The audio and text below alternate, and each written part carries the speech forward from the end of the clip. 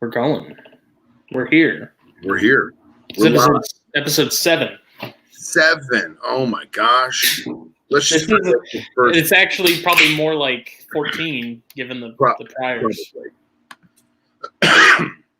Let's just pretend those first 3 or 4 didn't happen. That's right. That was just a warm up. Yeah. I mean, from my first one not wearing a hat. I feel self-conscious. Oh yeah, it's not.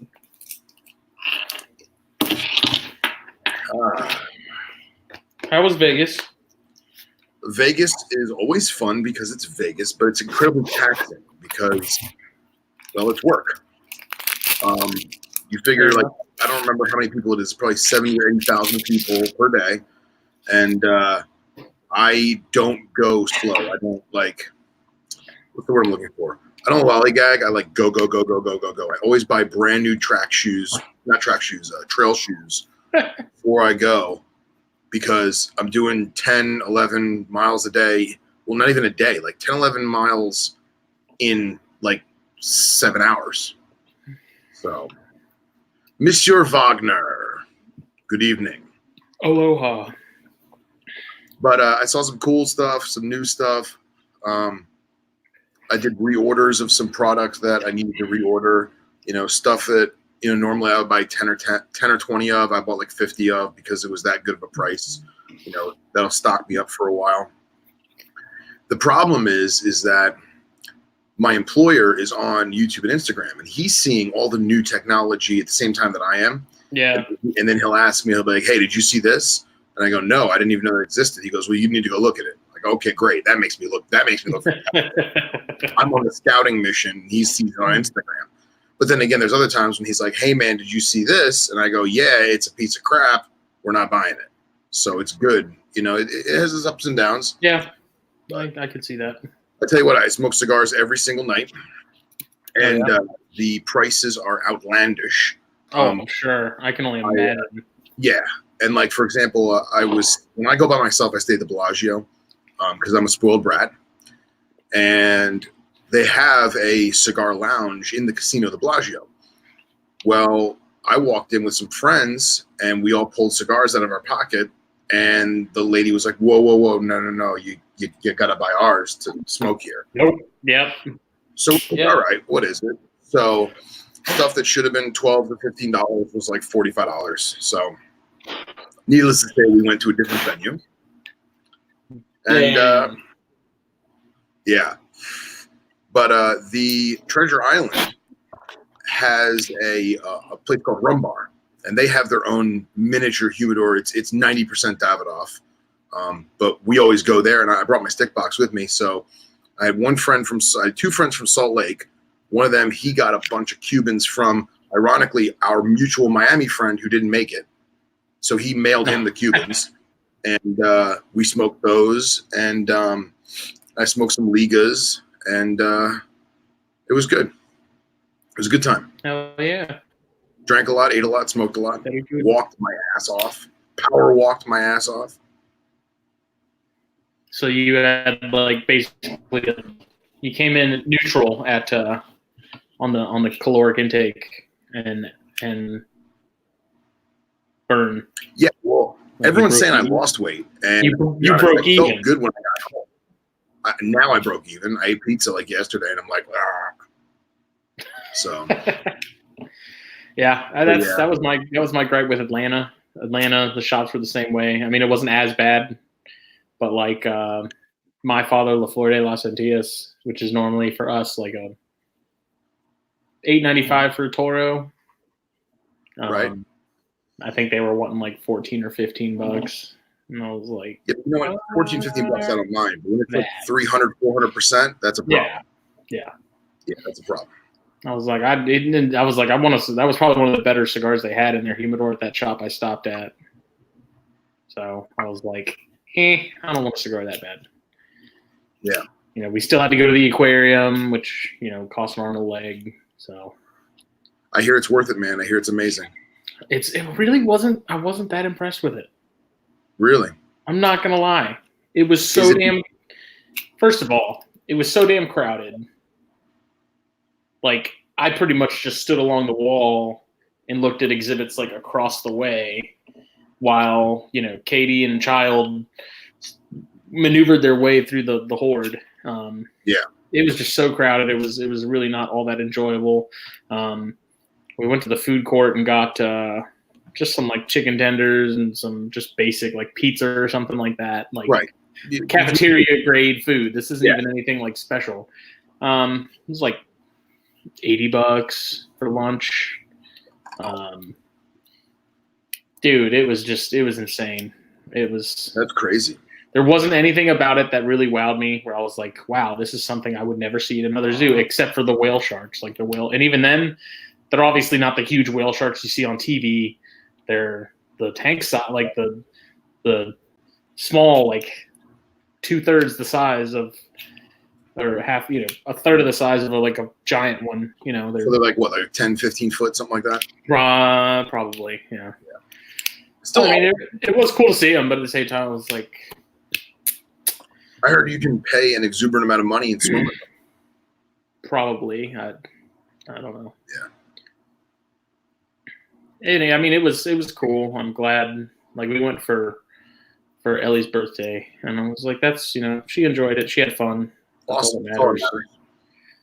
But yeah, it's there was really nothing about that aquarium that I was like, what? Like, I was expecting. You know, I heard all the hype. I was expecting like a Narnia-esque experience of an aquarium, and to that, it did not live up to.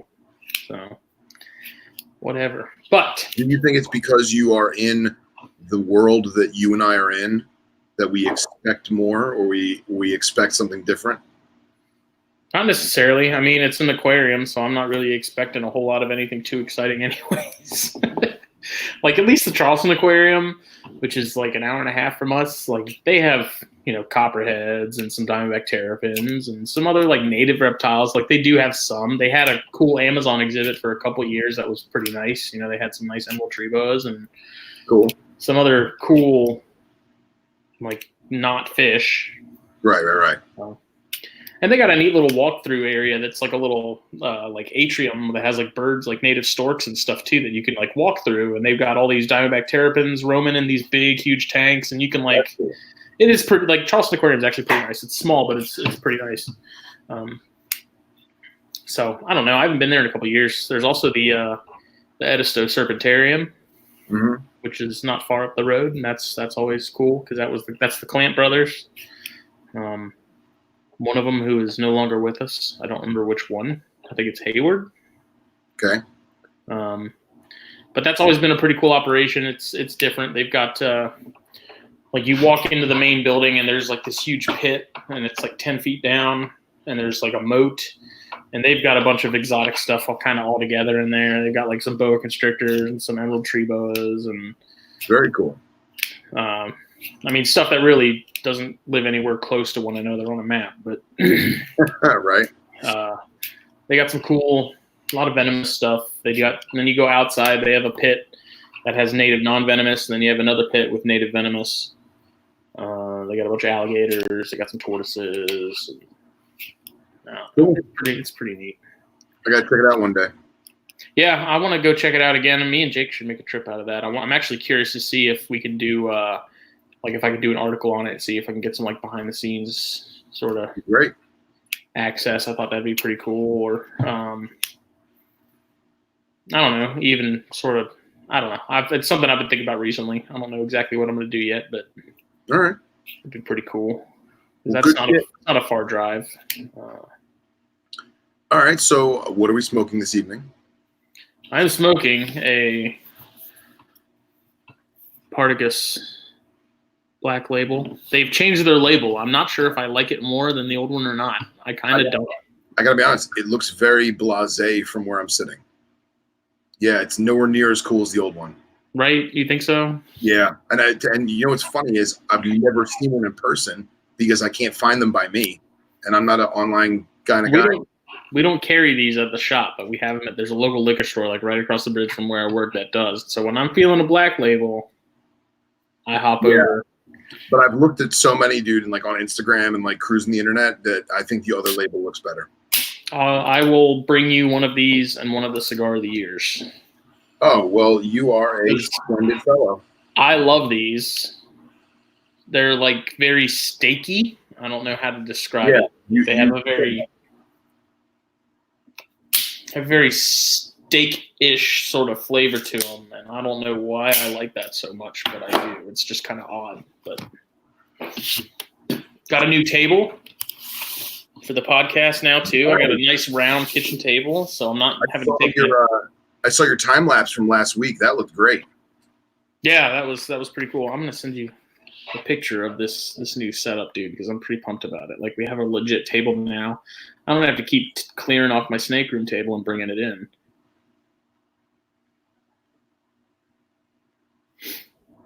It's brighter now. We have that, like, the studio is coming together. Like, I'm getting stuff on the walls. It's not even, I don't even want to call it the studio, but like a Gurkha sign and an old drum head from when I was playing music in a band, and cool.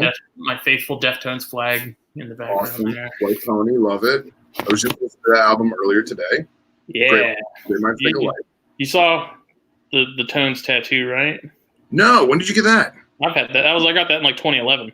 Oh man, that's great. How did I not see that? I don't know. How did I not see that? It's phenomenal. And then I don't know, like Gojira. I don't know if you ever listened to Gojira. Oh yeah, dude. And then Massive Attack. Why am I struggling? This is Massive Attack, Blue Lines album. So I don't know. I'd get all band tattoos if I could. Nice. As stupid as people think they are, I don't care. I love it. Dude, I'll be honest, the pony looks great. Gojira is awesome too. They were down here a while ago and I missed it. Yeah, that was the first tattoo I got, is the Deftones ones, actually. Oh really? Yeah. It's 2011 that I got that. Nice. I think. Man, you're a late tattooer. I am. I got that when I was 20. So. All right. First tattoo I ever got was the Brazilian rainbow boa that's on my leg. Mm-hmm. And the guy was like, "Listen, what I want to do." He's a friend of a friend. He's done most of the tattoos for my friends, at least like in college days. And he's like, "Listen, I don't want to make this look stupid. I want this to look as realistic as possible." So he's like, "I'm going to do a particular type of grayscale first, and I want to give it like 4 months, 5 months to be perfect, and then we'll go in and we'll add the iridescence and the reds and the creams and the pinks." And I'm like, "All right, that sounds great." And he did it, and the thing it still looks. It's been 15 years now. It looks phenomenal. I never got it colored in. And everyone yells at me still to this day. Hey, I had people asking if I was ever going to get this done. Yeah, but that like, they don't understand. Like, they think, like, a lot of people think I got this shaded in and that I gave up because it hurt. Mm-hmm. I'm like, no, it's cement. Like, I wanted it to be a fade. I wanted it to be kind of like an inland taipan kind of thing. Sure. And I mean, that's one of my favorites, honestly, is this one.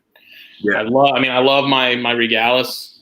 Yeah, but that came out so realistic, dude. It's creepy. Yeah, she did a great job. Except my friends then were like, "Hey, you have a cat's butthole on your arm." Now I can't unsee it. Yeah, right. And then this just Eye of Sauron, as Katie calls it, because she thinks it's from Lord of the Rings. It's kind of right. Kind of, it's supposed to be. I mean, it kind of is. I don't like. I wish there was more of a line. I think, like, from looking at the scalation and stuff, I think it is. I'm not sure exactly. No, my beard is growing like crazy. I wash it every night, like, thoroughly. That's what you got to do. You know what it is? It's the shadow makes it look way more Grizzly Adams than it is. It does that too. Like, especially when I'm back here, like, it makes it look. But I mean, it is. Yeah. And I got like my pasty neck, so like it doesn't. It's like a cutoff, and he's got the nice shadow. Maybe that's what I should do. I should get some lighting in here. Out here. Oh man, tattoos, snakes. What are you smoking? I am smoking a Cohiba Corona Habana that I brought to Vegas and I cut and never smoked. So I was like, let me let me smoke this before it starts falling apart or whatever. And it tastes phenomenal. It's a little drier than I would have normally kept it. I think it's because I took it with me, but tastes great. It's got a good draw, but I'm looking at the band and I would show you, but you're not gonna be able to see it. The lettering, the silver or light gold lettering of Cohiba, the embossment is stamped funky, and I'm wondering if either it's a fake band or if the whole smoke's fake. I mean, it tastes and draws phenomenal, but let me see if I can. Oh, if it draws phenomenal, then it might be fake because Cubans can't roll for shit. See, like that crinkle in the embossment. Kind of. I mean, that could have easily been a manufacturing flaw. That could have just been the paper being off by a millimeter. Yeah, it could have been. And I rub my finger over it, and there's no like protrusion in the stamping. You know what I mean? I don't know, man. I got a lot of Cohibas, and then the other thing too is look how close the logo is. What's up, Katie? Look how close the logo is to the crushing Ellie's chair. To the chair's old. You're old. Whoops. See how close the logo is to the seam? Yeah.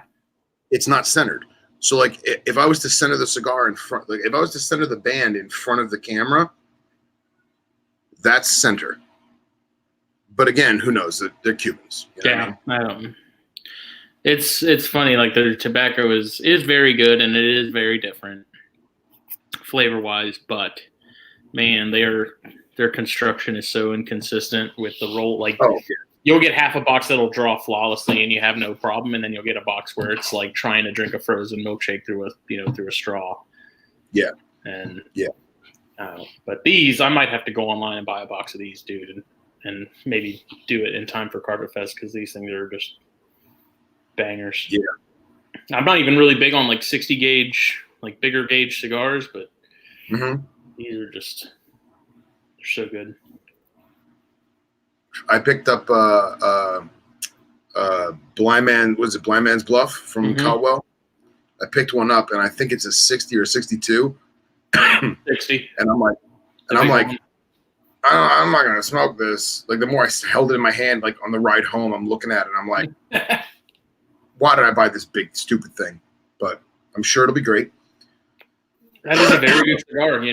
That's one of the, in my opinion, that's one of the rare instances where you can have a cigar that's like three different blends. A Maduro, a Connecticut, and then the normal Habano, and all three be just phenomenal. They're very good smokes. And I was so pleased with that Eastern, what is it? Eastern something. Eastern Standard. Eastern Standard. I want to say Eastern Promises. But yeah, no, Eastern Standard. That thing was phenomenal. Sean, label, right? That's what you need to go grab is a Caldwell Eastern Standard. The white label? Yeah, the white label. Yeah. That's a bizarre smoke, man. I remember smoking that, and it's very flavor wise. It's different from a lot of stuff. It's very weird. You get that grassy, citrusy sort of note to it. That's just it's bizarre. I haven't smoked anything else that's like it. Dried alfalfa. That too. It takes me back to my farm days, like dried alfalfa. So tell me about yes. You know what you're gonna do is you're gonna have that one thing that you may not even have a snake anymore, Cox. You might not. You may be a snake that you had 10 years ago, and you'll be like, you know what? I gotta get that tattooed. I was actually this close to getting the 13 colony snake on my forearm, the 13 colony initials, and a local acquaintance, he got it. And I was like, obviously there's more than one person with that same tattoo in that same spot on their forearm, but like I know the guy, and I'm like, now I can't get it. So I don't know. I might still do it. You wasted the good surprise on you. Right? Uh-oh. I mean, I'm kind of struggling a little bit. Uh-oh. Burning a little off. Canoeing a little bit? It's just, I'm smoking it too quick. Which, here's a cigar lesson for people. If you start to get the cone, like you get the point where your cigar starts looking like a red rocket. Yep. Now, it doesn't necessarily mean this, but it is, because it is possible that the tips they use in the filler and binder, because they are more, they can be more dense. Like you can get more of a point, but typically I find if you get that point on a cigar when you're smoking it too fast. So when I get the point, I just sit it down for, let it cool off, ash it, and it's usually right back to normal. So, pro tip, if you get the point where it looks like a pencil, burning it too fast. A rocket. It looks like a rocket. Mm-hmm. Yeah. I've actually, and I got yelled at for this by multiple old men, where I started to, pencil tip a little bit. So I would let it cool slightly. And then once I saw that the core embers were grayed out, I literally just broke the tip of the pencil, and I'm not smothering it at all because I'm not depriving it of oxygen. I'm just snapping that tip off, but I waited for it to fully smolder. You know what I'm saying? Mm-hmm. Yeah. And they were like, I can't believe you just stuck your cigar in the ashtray like a cigarette. I'm like, no, man, I'm fixing it. Like, relax, You should just let it burn natural. Those are usually the same guys that are like, I've been smoking cigars before you were born, but then when they go to put out a cigar, they like smash it into an ashtray and rub it around, which if you know anything, like you don't do that. If you're in a cigar shop and you're smoking a cigar and you're done with it, drop it and leave it. You don't have to smash it because for whatever reason, it smells horrible. I don't know why. But when you smash a cigar like that, it does not smell good. Or better yet, what I hate is like, all right, I'm guilty of, if there's a beer bottle, I'm going to put my cigarette butt in it. Like that's just, maybe that's just me being a good old boy. I don't know. But if there's an empty beer bottle, I'm putting my cigarette in it. I hate it when guys take a Stogie, regardless of how much is left, and they have like an empty glass with ice, or they have a glass that has a little bit of liquid in the bottom, and they just go and put it out, and then they put that in the ashtray. And it's like, now I have wet, stinky tobacco, and it smells worse than they smell. I see it all the time, man. I see it all the time. Uncultured swine. So I have. You all right? Yeah, I'm good. I think there's a ghost because my ladder is. You got a bear loose? Not today. Good. So I was just on the BSR auction site, the Best Eagle Reptiles auction. They have a whole website now, I guess. They ditched Facebook, or Facebook ditched them, rather. So they now have a whole website where they do their auctions, which is pretty cool. It's pretty simple. I want something like that for Carpet Fest. It's very straightforward. Like it's literally just auctions, nothing else. No frills, not fancy, super high tech. And so there's some Korean rat snakes on there, which you don't see often. Right. There's a pair of them. So I bid on the male. No one had bid on it yet. It's got like 2 days left. So I was like, I'll try it. See what happens. There's a female. A few people have bid on. Okay. Or no, it's the opposite. The female I bid on, the male's been bid on already.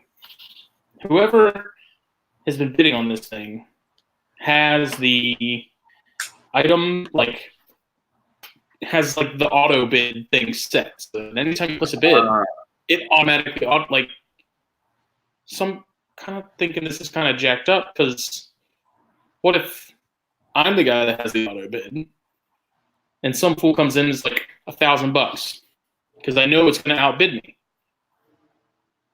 Then they just do that and then leave.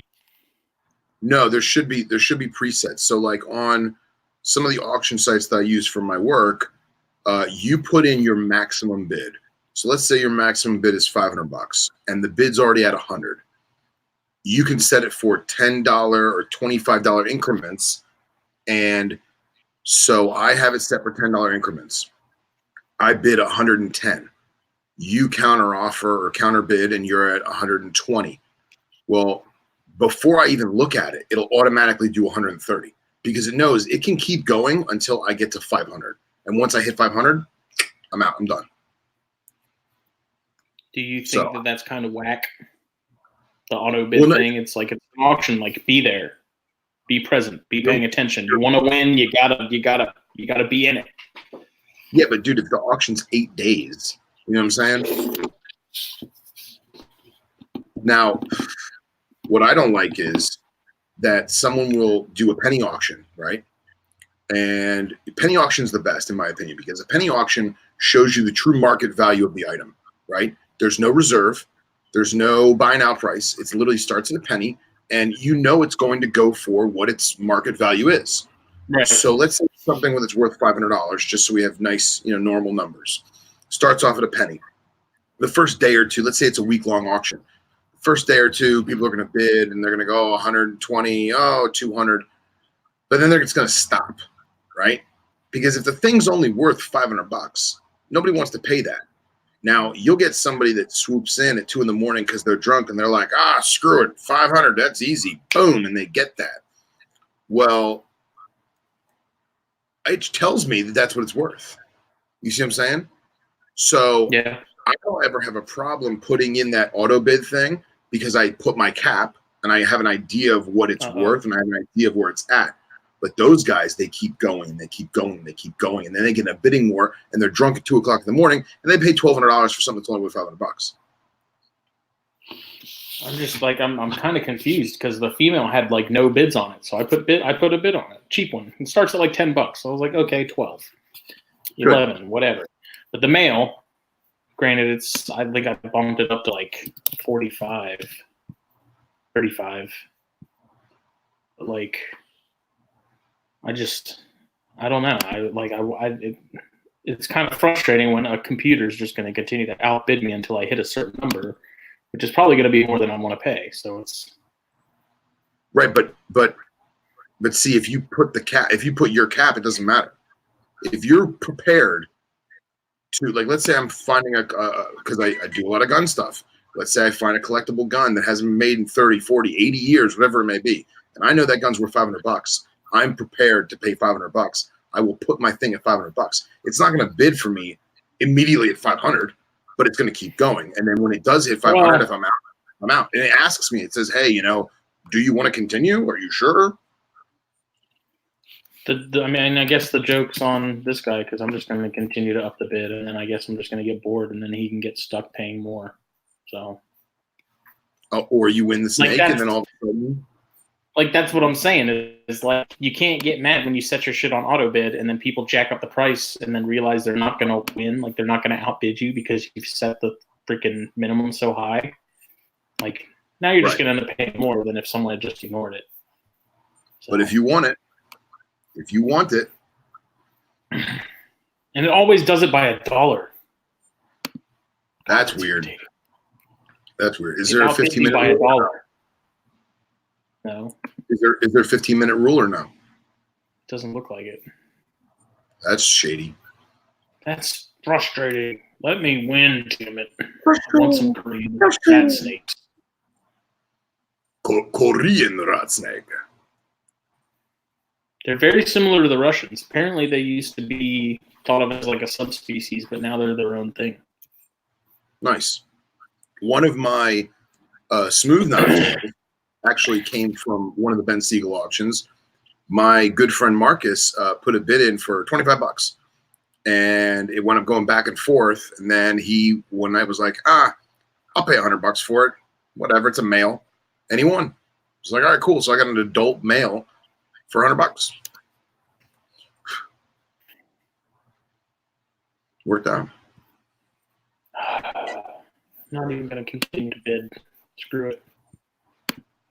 Maybe I'll win the male, and then I'll be stuck with a lone male. But then you have the hunt of finding the female. And half the time, it's all about the hunt. I'll find a female when that male's like 15 years old and probably decrepit and blind and Hey, man. just old. I assumed that tandem bar was a male just by looking at him. I was like, yo, look at this, look at his butt, look at his tail. That's a boy. And sure as heck, he's a boy. And you know what? That's fine. I got a cool ass snake. And if I find him a girlfriend, rock and roll. The trick is, do I find him a girlfriend for a reasonable price? That's the kicker. Well, I mean, I like Korean rat snakes. You don't see for sale often. Right. So I don't know. Or when I finally breed those pygmy rattlesnakes and I mail them all to Nipper, he can mail you a female that he paid, 30 pounds for. I'm trying to get some freaking boy out of that fool.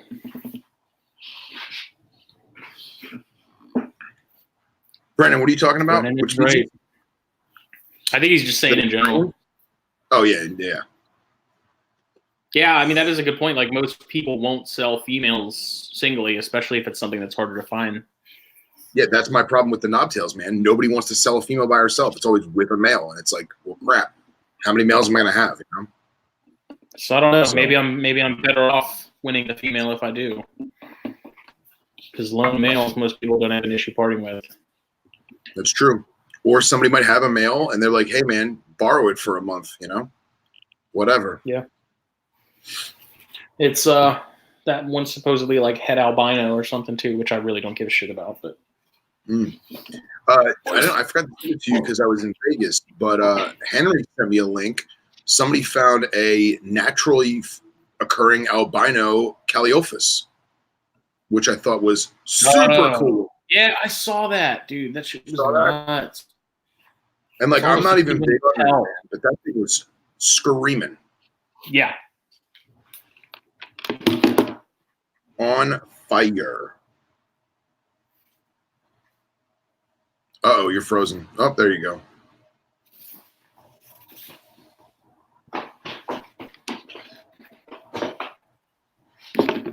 Yeah, Brendan, I've seen that multiple times with rare stuff.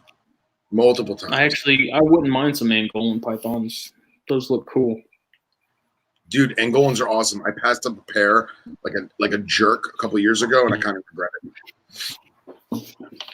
it. But funny is, before I got the male Brettles that I have now, my friend Marcus and I, we got females from Jay, and I could not find a male for the life of me. Nobody had a baby or female male.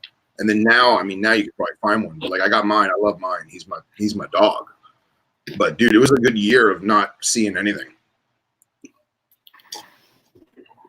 I still have a male stonewash for sale. If anyone's interested. You're not gonna sell that thing, man. It's your pet. It's your baby. You love that thing. I love my normals, and I love that stonewash male, but I also need the stonewash male gone. Yeah. I need to sell it and give Casey like half the money because I still have like.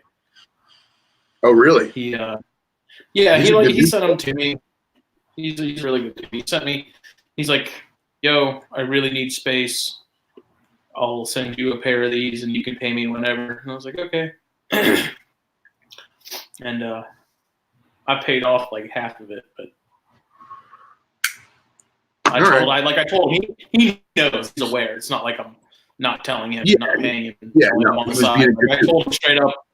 I was like, hey man, I'm downsizing on these, so I'm probably gonna sell the pair. I'll send you whatever's left as soon as they get sold. And I sold the female, but I sold the male, and the female was ahead. Okay. So and you get what you wanted for it. Yeah. Good. She went to Oregon. Excellent. Do well up there. Yeah, I shipped when I probably shouldn't have, because it was like crazy cold in Memphis that week or that night. But made it fine. Brettles, I'm not too worried about with the harsh shipping conditions. They're fine. Right. I Oh, want look, some Mike. inland critters so damn bad. Oh, yeah, I remember you talking about it. The shout out to my cousin who just joined in. Thank you for partaking in our live feed. Yeah, inlands.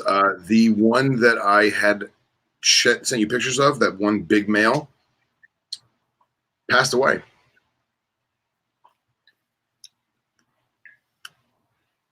The what? I think it was pawned off from person to person to person too much, and it just never recovered. Sucks. Oh yeah, I remember you telling me about it. Yeah, that thing was stellar. You ever do the double V? No, and I think I asked you that like 2 shows ago. I haven't, and I probably should have on this one, seeing as how it's already cut. But I do it on like bigger gauges. Makes it a little easier to. yeah, you were saying like 58 and bigger. Yeah. Mm. So talk about NPR and how great it was.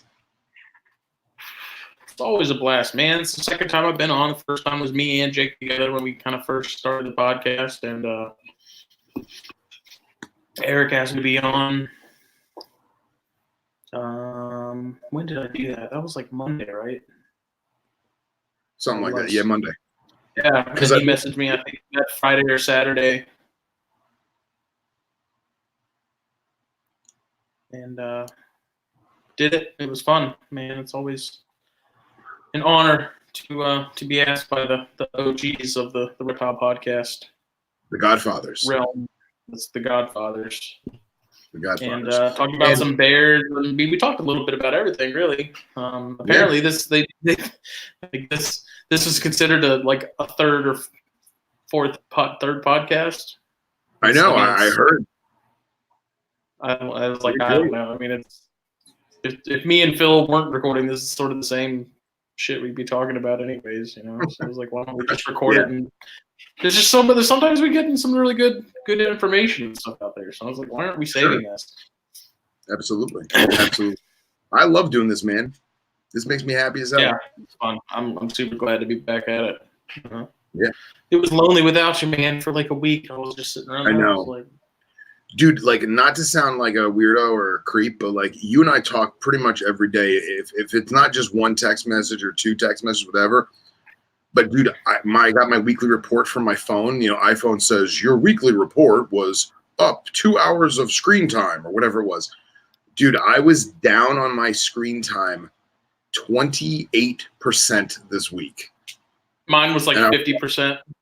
Oh, really? Yeah. Dude, I was like out of it because here's the thing too. Like, I'm on my phone because like I'm sending emails, I'm making phone calls, I'm taking pictures of receipts, I'm scanning shit. But like, I wasn't on Instagram, so like, or Facebook, so like, I wasn't on social media at all this week. And normally when I go, I take a lot of pictures, take a lot of video, you know, show off some stuff, post some stuff. But this year I was just like, go. I messed up because I thought my flight was at 6 p.m. and it wasn't. It was at noon. So like, I thought I had the whole day to work at the show, and then I realized, I was like, oh my God, no. So I went for like an hour, bought a couple things, and then I dipped. Nice. I'm so ready for Carpet Fest, man. It'll be here soon. What we got? 3 weeks? 2 weeks? 2 weeks. 2 weeks. Because I just got paid, and that happens on the same weekend I get paid again. Excellent. So, not planning on spending a whole bunch of money, except for the cigar. Yeah. Tag. Ian sent me a link to, I guess, a sign up for stuff that we're supposed to bring. But yeah, I did that last year. That makes it a little easier. That way, no one's like, you don't have 3 people bringing the same thing. Okay. Because I messaged Cody months ago, and he was like, "Just bring water and beer, no problem." Yeah, I mean, it's mostly like other stuff we need, like paper towels and, you know, the usual like party accoutrement. Party accoutrement. You took the word out of my mouth.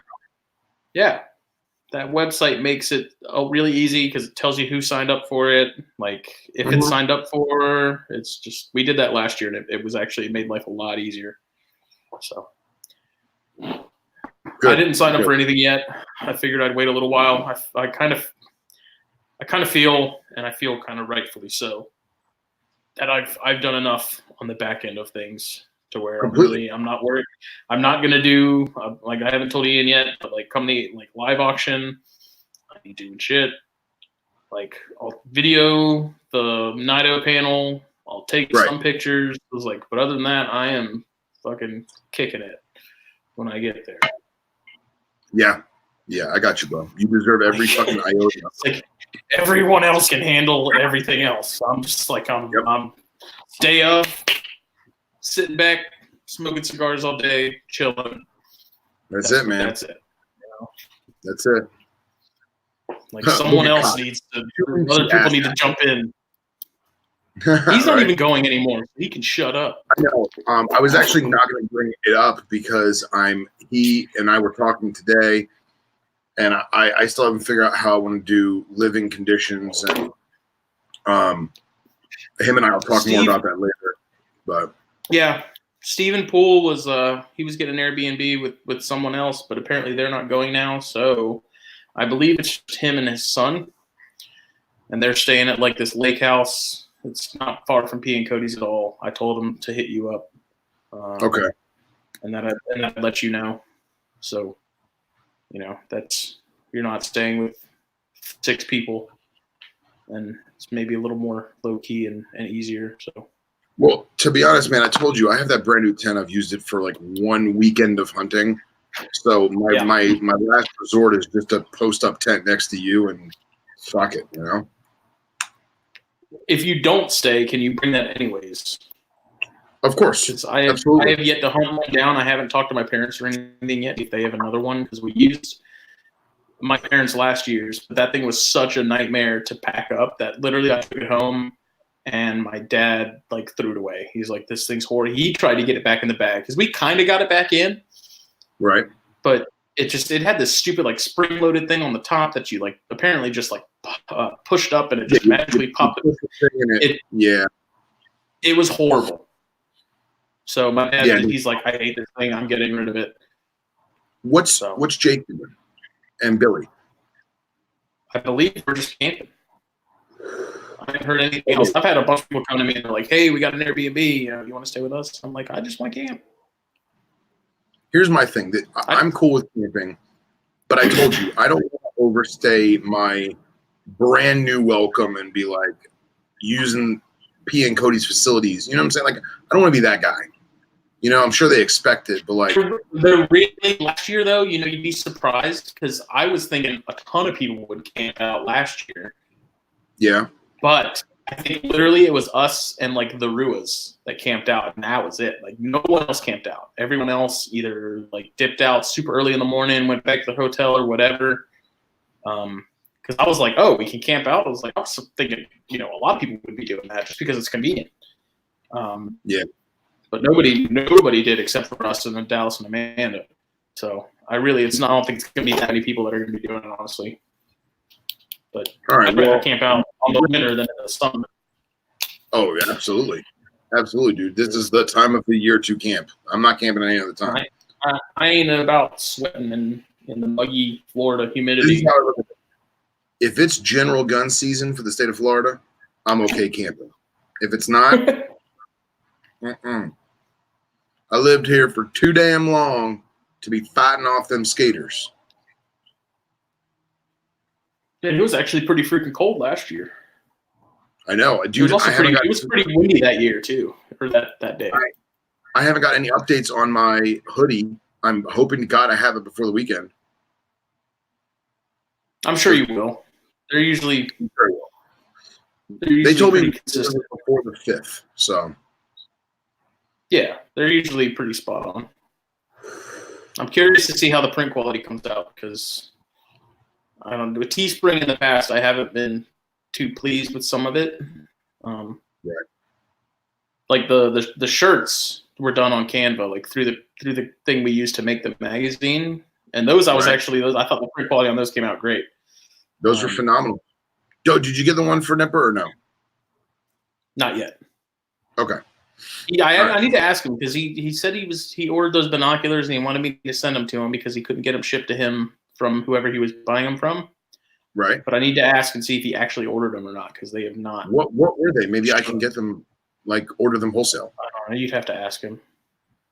I don't know if he's even ordered them yet because I gave him my address to send them to my house, but I've been checking the mail and nothing showed up. So yeah, I'm just gonna message him right now before I forget. I know he's sleeping right now, but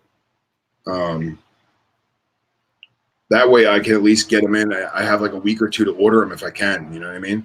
Fuck, I may even have them in stock.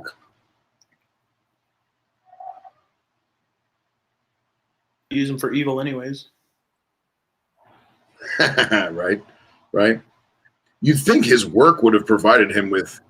I was kind of saying, I was like, you guys don't have binoculars? Unless he's being a total weirdo and he wants them for birding or something. Yeah, right. Dude, if he starts birding, that's hilarious. I know. If he starts birding, I'm done.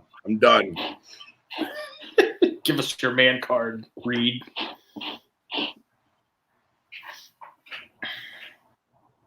No, but I figured if I figured out what the binocular situation was, yeah, I'd order a shirt and then just include that in the box or something. So he'll shut up. Yeah. I'm trying to convince him to send me some Voyager for once. Like, figure out what I got to do as far as getting those shipped from over there to over here. Right. Because I was like, I'll pay it if you make them. You hook me up for cheap. Like, I don't mind paying. Yeah, right. Make it worth the while for both of you. Well, I told him, I said, listen, man, if that pygmy drops babies, I'm literally sending him all of them. I'm going to get them eating and just send him all of them. So if she has like 10 in the litter or 12 in the litter, whatever, he's getting them all.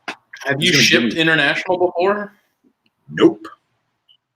I don't know what all is involved in. Figure it out. I mean, it must not be that difficult because people do it, No, but from what I gather is it's not difficult. It's the expense. You have to make it worth your while.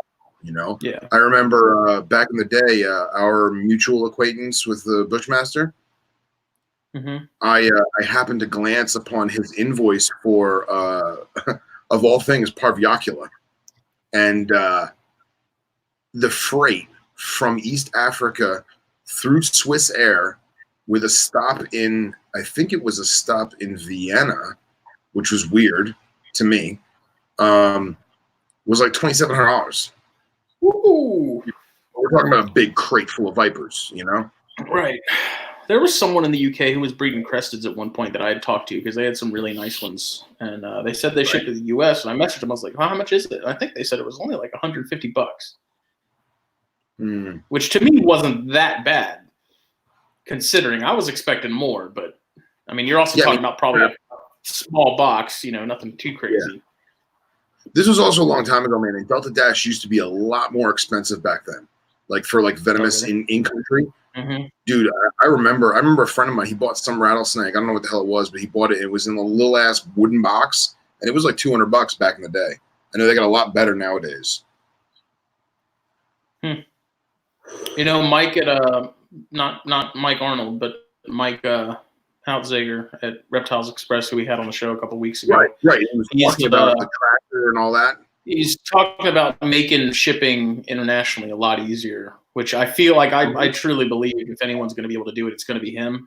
Just in my minimal interaction with him, he seems like he's in pretty tight with the people at FedEx. Like of course, he knows the right people. I think he could make it happen. I think he knows the right questions to ask. He knows how to get it done. And I'll be honest, if you and I want to be guinea pigs, I'll be guinea pig with you, provided it's not a $2,700 shipment. Right. Because my thing is like Nipper has species of boiga that no one in the States really has anymore. Like Jordan Russell used to have, I think, some of sort of the oddball species that you really didn't see much. But Nipper has some of those, and like I'm really wanting to, if I can, get some of those from him and sort of establish those species in the States for the people that are appreciative of that group and stuff. Right. I mean, what are you looking for? Like divergens and nigriceps or what? Well, I mean, you can get Cynodon, you can get Nigroceps. Like those are all easy to get here in the States for the most part. Like you can go to Satu and get both of those species right now for $150 a piece. It's like really? yeah, it's some of the more oddball stuff like the Jaspedia and what was the other species he had? Damn it. I can't remember it off the top of my head. He's had some other species that were just very odd. Nipper has some that like very few people in Europe even have.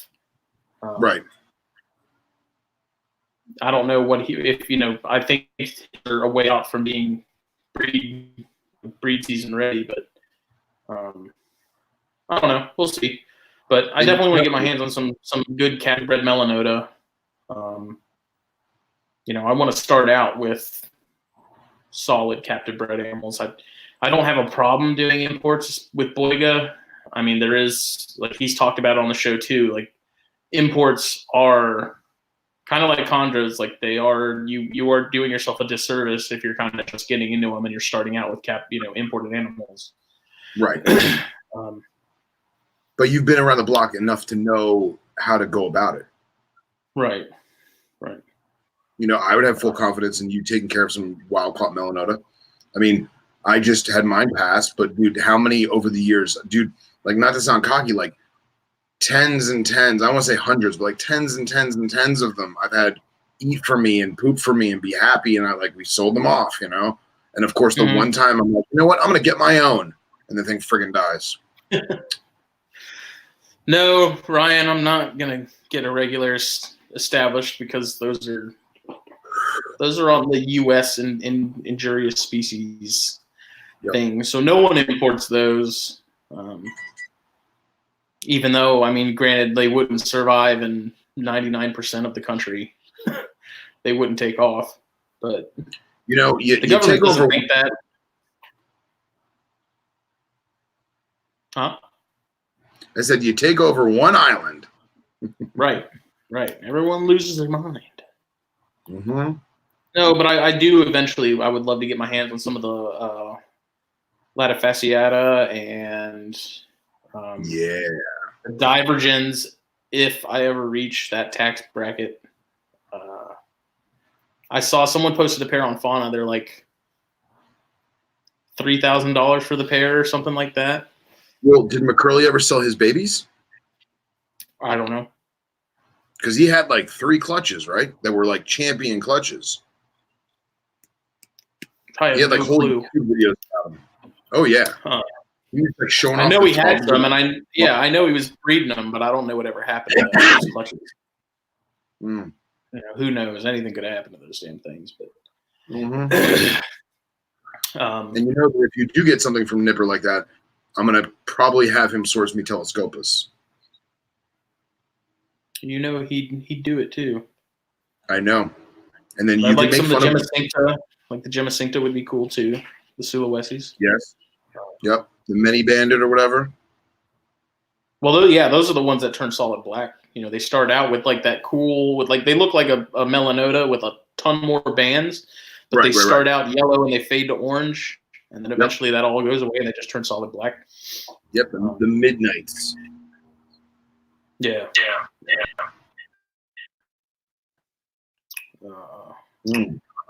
But I mean, in terms of like Boiga in the States, though, we barely have any of this. Like, there's like 30 plus species in that genus, I think. Right. It's surprisingly large, and I mean, we really only have a handful here. So. Yeah. I think it also comes down to the keepers in the States are not as, I don't want to say they're not as eccentric enough to have Boiga, but it's becoming more eccentric people are getting more excited about them, which is good. Yeah. And I mean, I understand why they're not popular. Like, I get it. They're an on-ball snake that's kind of like notoriously hard to sort of get going as babies. They are venomous. They are rear fangs. They're not like a hog nose where you can just play with it all day and you don't have to worry about it chewing on you. Like, right. Some of them, I mean, if you've ever seen a big cynodon, like they're not really small snakes by any means. They're super thin, but man, are they long. You know, they're not a play with me snake either. I think that's a big thing. Oh yeah. Like my interaction with mine is so minimal. Like I don't take mine out. If the male's out cruising at night, you know, I'll open the door and just kind of let him poke his head around and check things out. But the moment I like move, that's when he gets all pissy and stuff, and so I close it. But yeah, I don't know. I'm hopefully mine will be of size next year for breeding, my Cyanea. So I look forward to it, man. That. Little snappy glowworms. I'll be right back.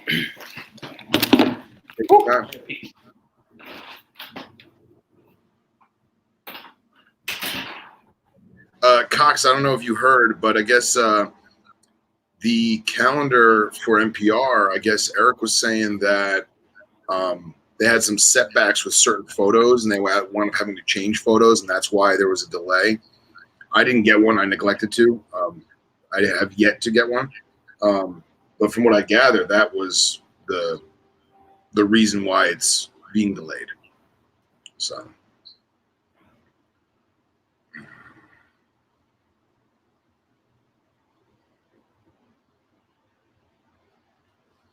what do you people like more? Do you like more cigar talk? Obviously, we're all snake people. We want more snake talk or herpetoculture talk, excuse me. I do think it's hilarious that Sean and Ryan are our biggest fans. Love it. Every episode.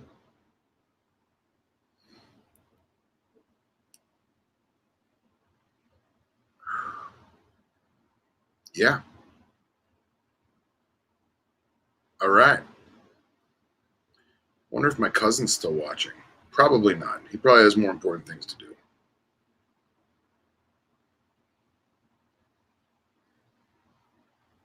All right.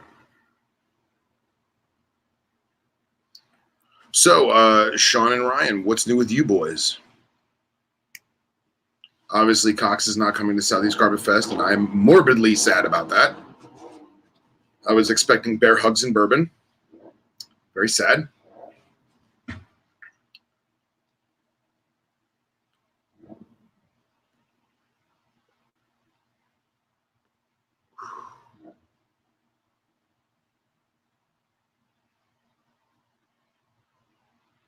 Wait, how is that possible? I thought you said you had to do training for work.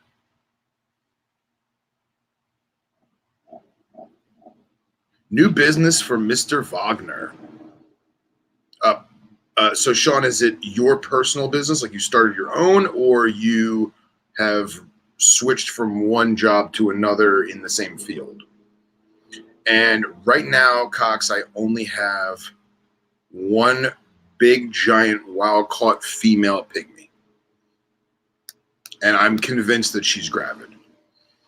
She didn't eat for the first 3 months that I had her, and she just started eating now, and she's still gigantic. So I haven't been upstairs in a couple days, so I'm kind of hoping to go up there and see like a bunch of slime and babies.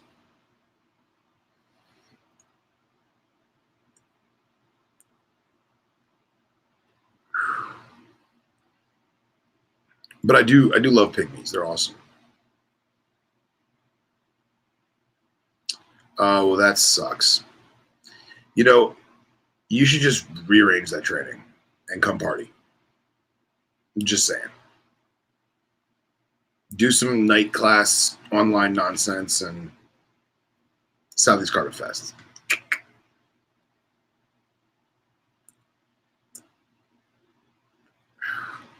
Man, this Habano is going pretty quick. I'm going to have to get another one in a little bit. Fate worse than death.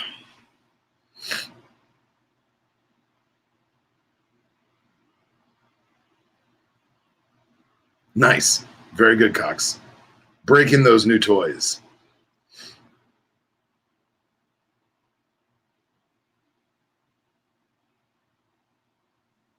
Cool, Sean. Very cool. May we ask what the new business is, Sean?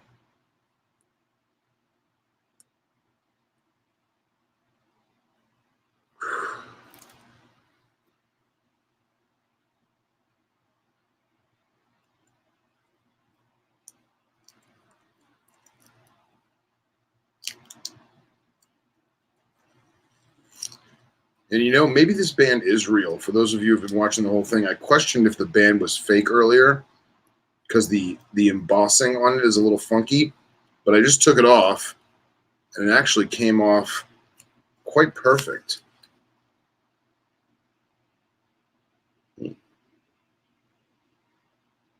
There we go.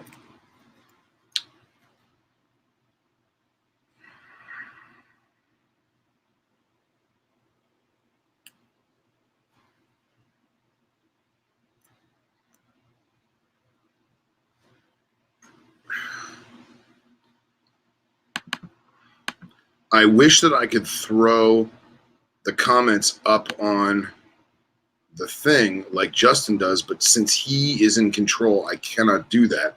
Ryan Cox asks about some good stogies that I've recently had. I was talking about the Caldwells earlier. The Eastern Standard White Label is a phenomenal smoke. Absolutely awesome. First third is just enough spicy to get the ball rolling.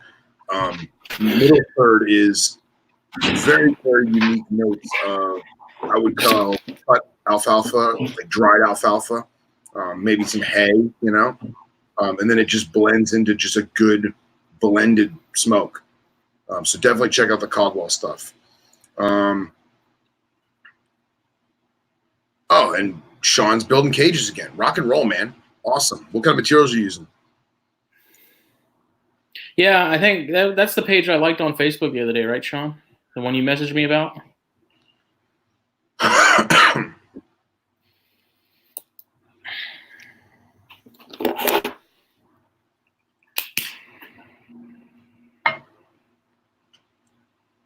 How's that Regis?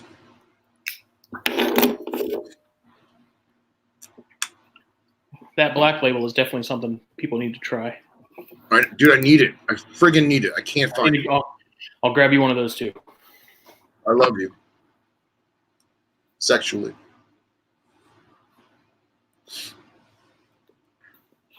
Speaking of cages,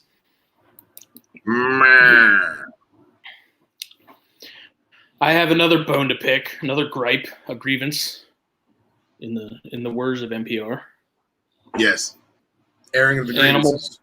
Animal plastics, dude. Oh yeah, that was going to be the whole point of tonight's cast.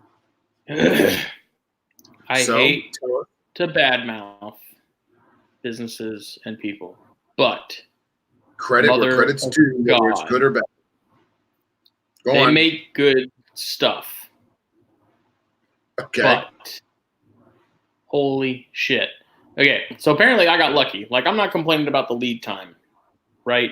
I ordered mine in November. Like, early to mid-November. I don't exactly remember. You like that rhyme I just dropped? That's pretty good. I did. And I just, I got an order confirmation when I ordered it. Okay? So it's like, cool. So then, come early this month, I messaged them and said, hey, I was hoping for an update on my order. Like, do I have some sort of window of when I can expect it? Like, I wasn't rushing them. I wasn't like, hey, I want my cage and I want it now. Because I know any cage maker, there's going to be a lead time. Unless it's sea serpents and it's like a week. I expect that. That's okay. I get it. It's not something you could just crank out and have out same day. Whatever. Right. But they were like, "Oh yeah, we have your order. It's on our to-do list. Thanks." And I was like, I would literally rather you just lie to me and tell me I'll have it in March. June, whatever. I don't care. But then I finally got. You would rather have someone lie to you and say, "Oh yeah, it's going to be 90 days," and then in 90 days there's nothing there. I would rather have them say, "Hey man, I don't know," and be honest. And that's fine, but at least just give me some sort of window. Like, yeah, you can expect it sometime in February or March. Yeah. Like, we're not sure exactly, but with the way things are currently looking, expect it end of March.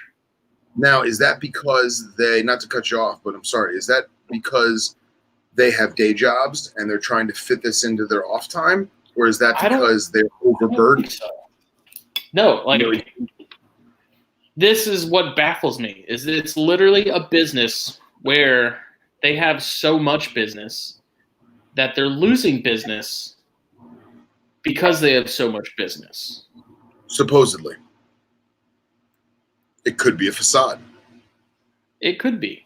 I've seen But that. I don't understand how you can have so many orders with people and not take, and I mean, surely there's something I don't know, and it's entirely possible and probably likely that there is something I don't know. But to me, looking at what I've seen just from other people talking about them, it's like, how do you get this much business and not put that money into more infrastructure, more employees, or something to help expedite this issue? Because they're literally losing business because they take so long.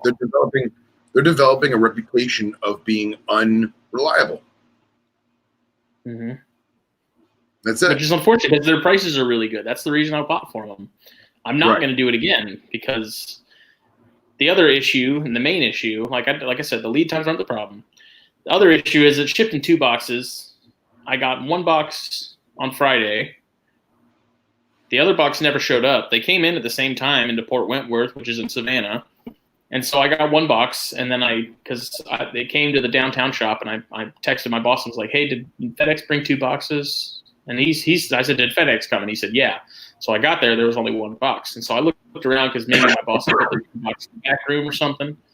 Wasn't there. Right. I said, "Was there only 1 box or 2?" And he said 1.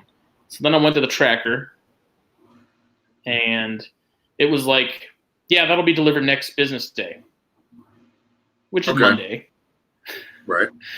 And so I'm like, so I get half a rack on Friday. I get the other half Monday. It's like, why wouldn't you just ship it all in 1 box? I don't know. Which, yes, FedEx is to blame to a degree, but this wouldn't have happened if they had just shipped it all together in one thing. So true. It kind of goes. It may not be dimensionally sound, you know. I don't know, but the whole thing's just been kind of a nightmare. If it's one of those things where I'm like, yeah, I'll order a cage. I don't need it anytime soon. I'll get it sometime before I turn 30. Right, preemptive. And whatever. But this was like one of their quicker ship items. Like literally, you go to their website, there's 2 products in their quick ship section, and it's this rack and then some cage.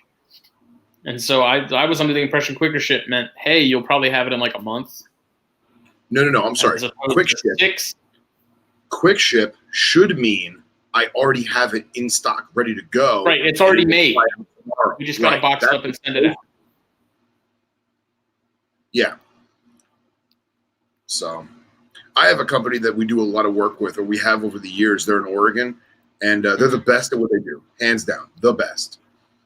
But they party their asses off, and I know for a fact they have an adequate staff. But if they tell me 3 months, I tell the customer 6. And if it comes in 3 months, if it comes in a month, great, wonderful, customer's happy. Right. But I'm not going to. And here's the thing, though, I had to learn that the hard way, and I still use them because they are the best. But I tell the customer, listen, if they say 3, it's 6. Take it. See, it's good you figured that out. It ends up making you look like an idiot when you tell a customer 1 month and it's not going to, and then it keeps not showing up and the customer then thinks it's your fault. Right, exactly. I'm dealing with that right now from a company. I'm dealing with that right now. They're a government contractor and they have major government contracts. So the civilians get backburnered, which I can understand. Government comes first. But when I ordered a particular product in November, okay, October. I have yet to receive that product. However, I got a similar product, if not the exact same thing, from when I ordered it in December. So what happened to that first one? And no, Cox, it is not Q. Q has a legitimate 8 to 10 month lead time, and that is on purpose. I'm going to give a little trade secret here. Supply and demand. When you make enough to fill the masses, nobody needs it anymore. So you make just enough to keep people wanting it, and they keep going with it. That's not the case in this scenario. This scenario is, what the hell happened to my order? Why is this not shipped? I know you have them. You sent me other stuff.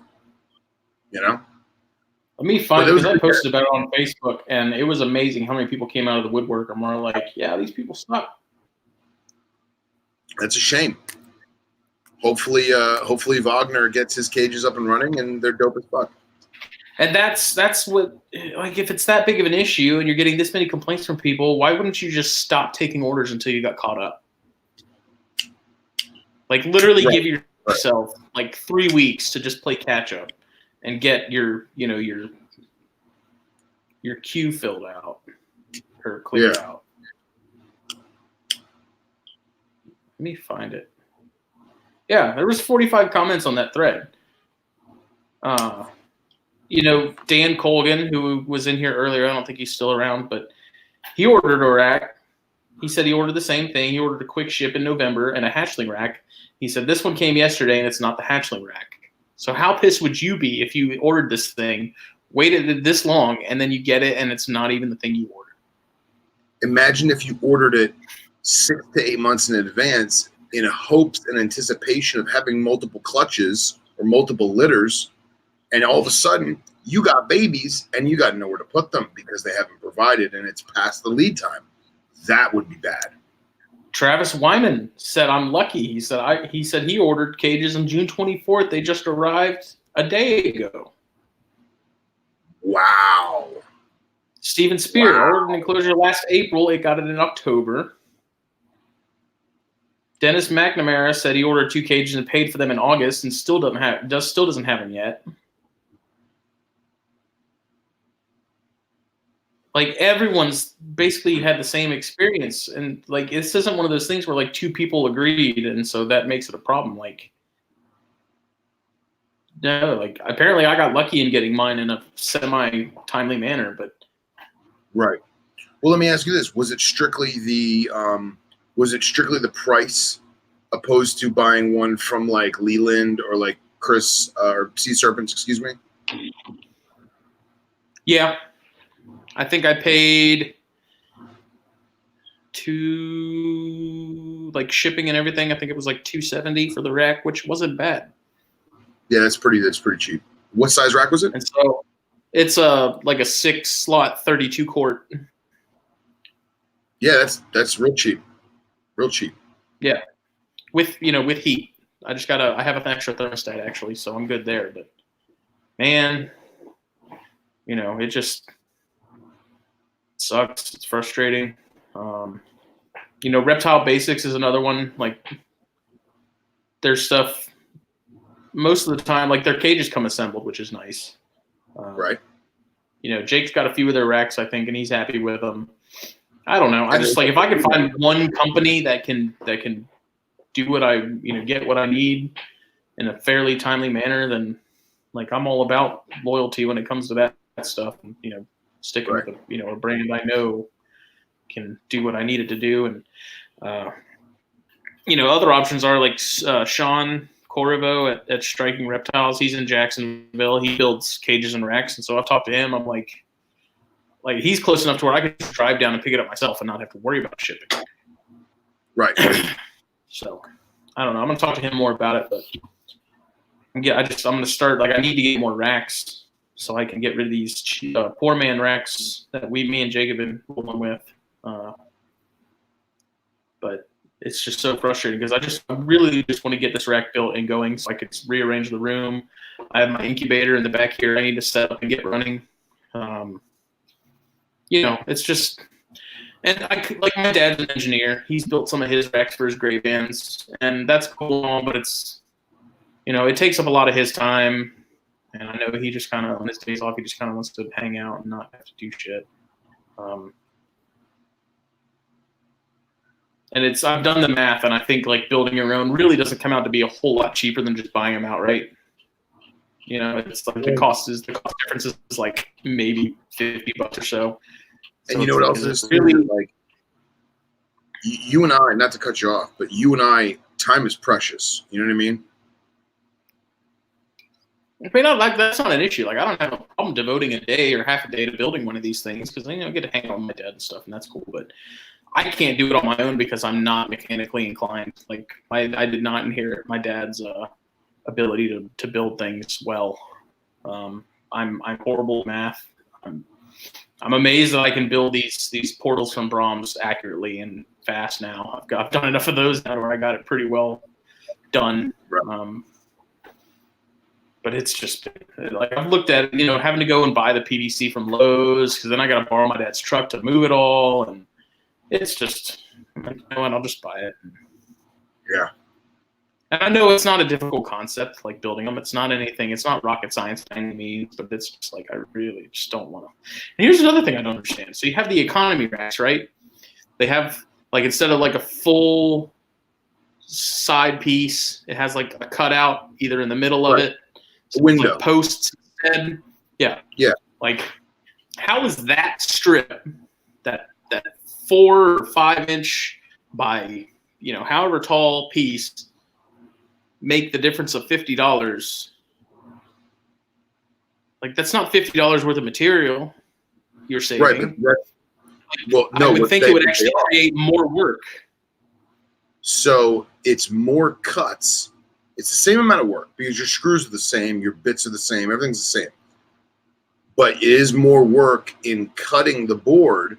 But you look at it this way, is that instead of having 2 side panels for a main rack, now they can take a single panel, cut it into 4 pieces, and now you've made 2 racks out of 1 panel. So they're saving the cost and the material, but they're physically having to cut. But they're having to make more cuts. Does that make sense? Mm-hmm. And please, Sean, chime in if I'm incorrect on this one. No, that makes sense. I'm like, because I compare, every company has like an economy version, which is basically just that cutout, that chunk missing, Right. I'm like, how does that make that much of a price difference? But whatever. I don't know. I was talking to Jake at one point about literally like let's find like a decent and semi-cheap CNC machine and just build our own. I wish there was such a thing, my friend. I wish there was such a thing. Let's just do this ourselves. Right.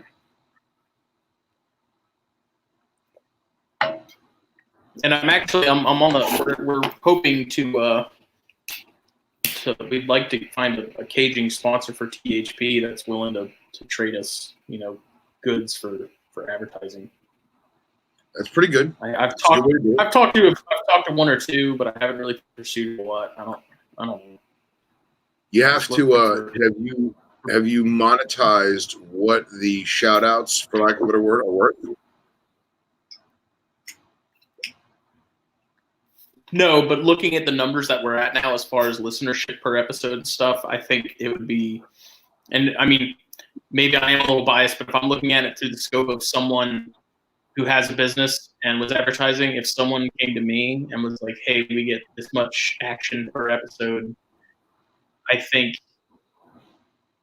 a decent number of like credit in goods would be well worth. I mean, are we talking about like a rack for you and a rack for Jake, and that's 6 episodes? I mean, I was looking at it as like a per year kind of thing. Like figure out what, negotiate a price for them, and then be like, okay, well, how much will that get us in racks and stuff?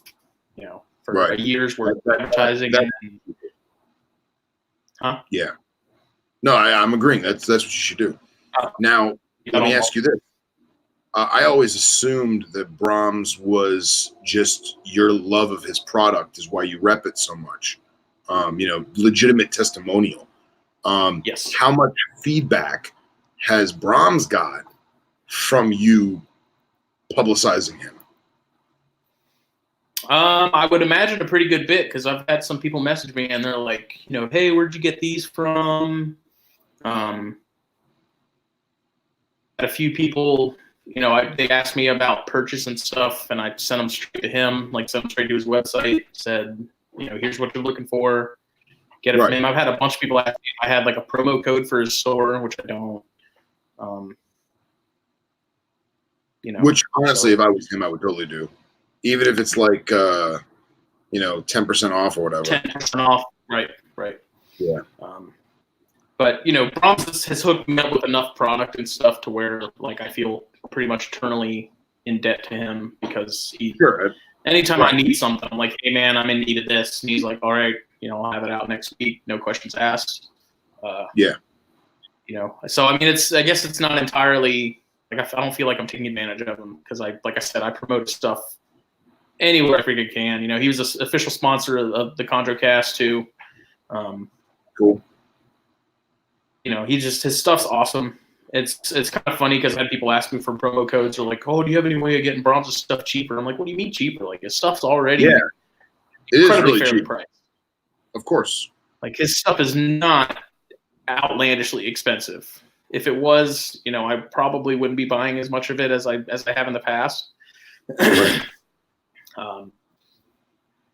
But it's funny to see all these people kind of come out of the woodwork and try to do the same thing.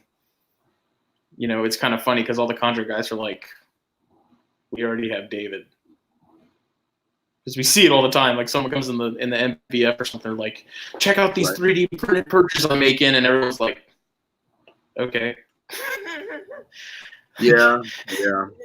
And I mean, some people do indulge those people, and they they buy their stuff or whatever. But I tell David, I'm like, often imitated, never replicated, or never duplicated. And I tell you, man, I'm not an arboreal guy. David's my guy, dude. Yeah, and I'm not an arboreal guy, but I would have never known about him if not for you in the show. I wouldn't, and it's just now, be honest, now that I made that carpet rack, dude, I want those grids that have the water dish. I want them.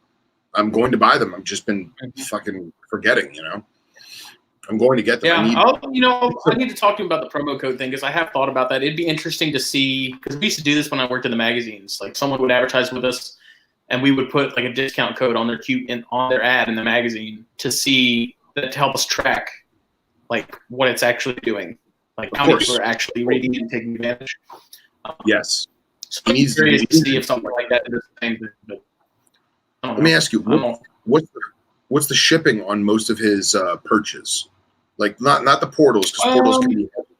But like if I bought like my 6th purchase from him, is that going to be like $8 in a little box because they're so light and small, or is it because they're framed appropriately? It's going to have to be a big box. And this is not me asking for me. This is just a hypothetical thing. No, he does. He ships through Postal Service, and he does the flat rate boxes. So it depends on the size of the perch, which size box he uses. But I think the biggest box that you can get at the Postal Service shipping is like $20, and his stuff usually doesn't even have to come in that. Okay. So if it's anything bigger, like if it's like the Python portals that are bigger, those do take a bigger box, and so I think shipping is a little more on those. But for the most part, like the Draco portals, those have glass, so those are a little heavier. Right, I was going to ask, does he provide the glass? On the Draco portals, he does, which is the small versions. On the Python portals, you get that through your local glass shop. I take the whole frame to the shop.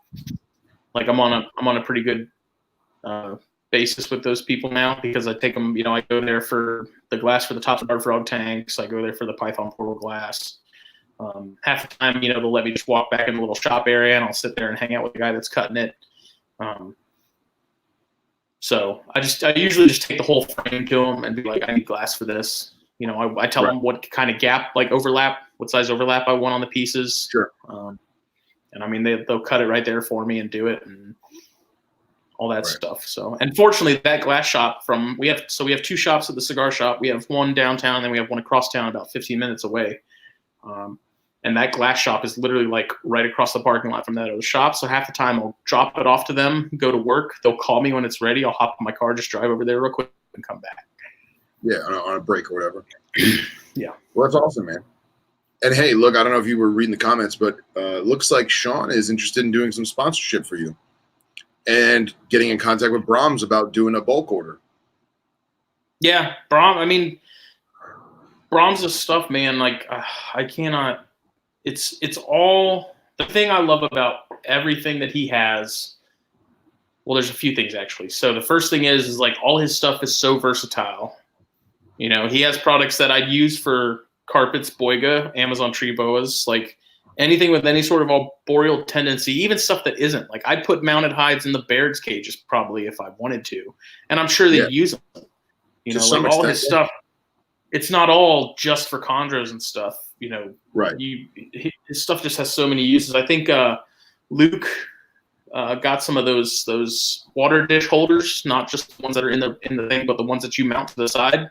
And then he has like one of those 32-ounce deli cups that you get like fruit fly cultures in.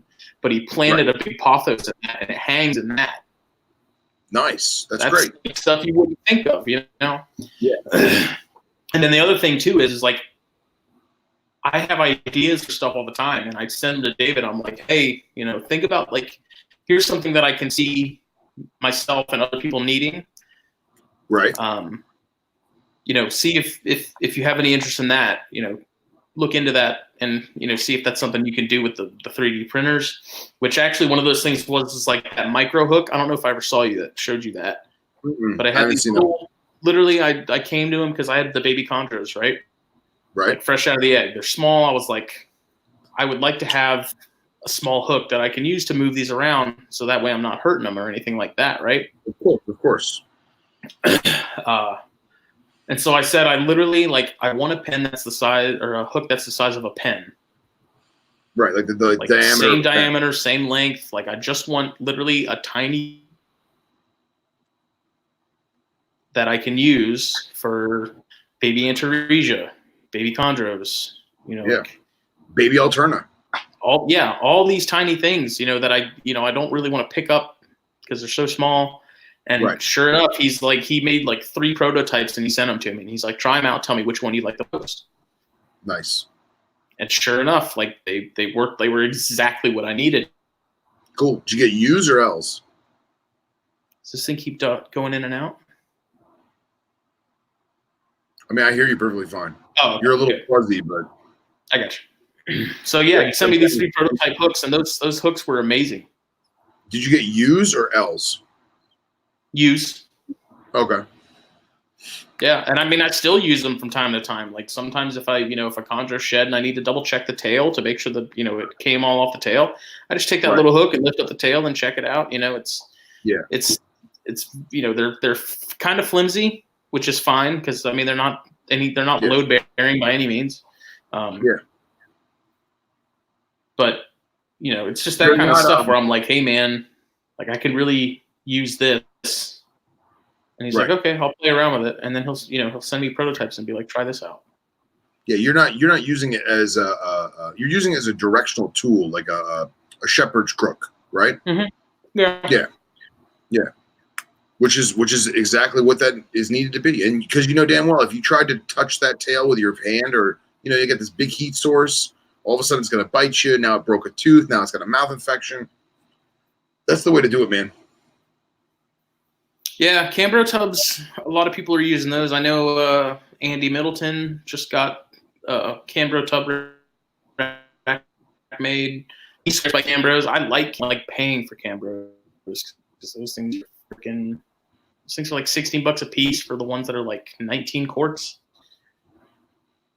You know, if you're getting a rack and you need like 6 of those, that is a lot of money. And my thing is like, hey, they, you know, whether it's Cambro or Sterilite, they both kind of do the same thing. There's not a major difference between the two. You know, they both hold heat really well. Mm-hmm.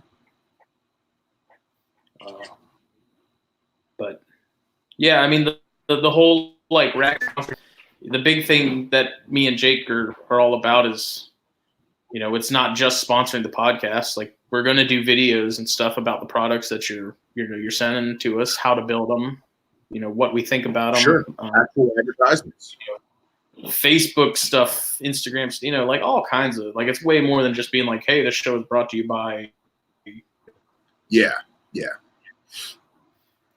Dick's Lollipops or whatever. Right.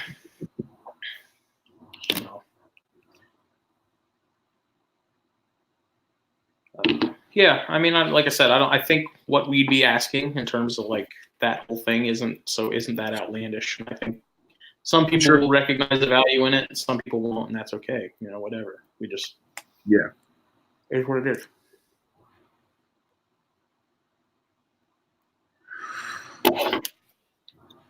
See, man, now I gotta go. I forgot. I gotta go on Instagram later and find Sean's racks and take a look at them.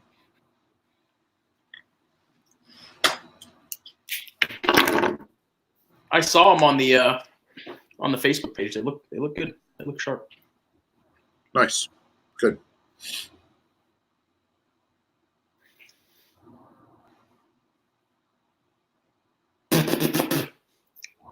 What is the model number for the tubs? So what I've been shopping for in terms of like the next rack is I just burnt myself. Damn it. Rookie That'll mistake. happen. Rookie amateur hour. Getting down to the wire, man. Getting a little better. Yeah. Next rack is gonna be I want to do like 20 quart-ish, 20 to 30 quart tubs for those chondros that are too big for the 6 quarts, but too small for the adult cages. Like too small for the big setups. And so I'm looking to do something that's like a 2 wide, like 2 tub wide by like 3 tub tall, sort of. I don't necessarily call it like an arboreal rack, but it would definitely be. Yeah, that's not arboreal. Yeah, that's not arboreal rack. Because I've got those oddballs that are getting to the point to where they probably need to get upgraded soon. Especially that baby from Brahms, because that thing's growing like a freaking weed, man. And it's not even a year yet. So, but once I get this other chondro sold, I got a girl who wants to buy it. She's in Charleston, but she's in the Honduras right now. She's like a marine biologist, and so she goes down to this research station periodically in the Honduras to do whatever she does. And she said when she gets back, she wants to get it. So I'm just waiting on that to happen. And I was going to take that money and put it into that a rack. So nice. That's next on the docket, and then I just need to get another handful of another probably 6 slot 32 quart rack for the other colubrids,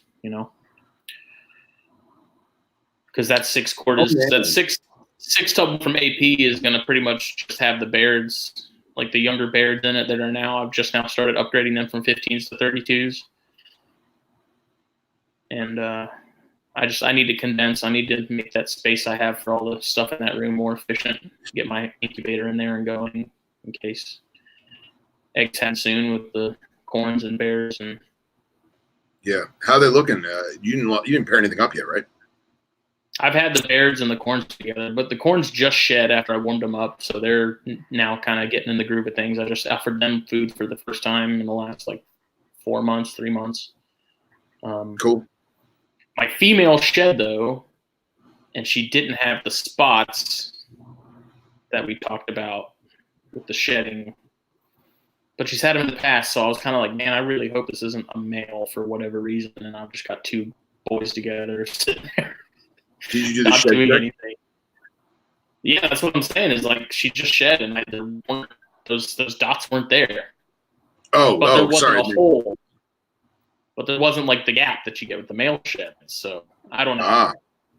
It's odd. Well, no. On the other hand, one of the bears shed though, one of the younger bears, and it was the smaller corn snake, the third of that trio, the younger female, and those she bled a lot because those spots were very, very present. Yeah. Yeah. The I think that one pygmy shed that I sent you, I think it is a girl. What, the big giant one? Yeah.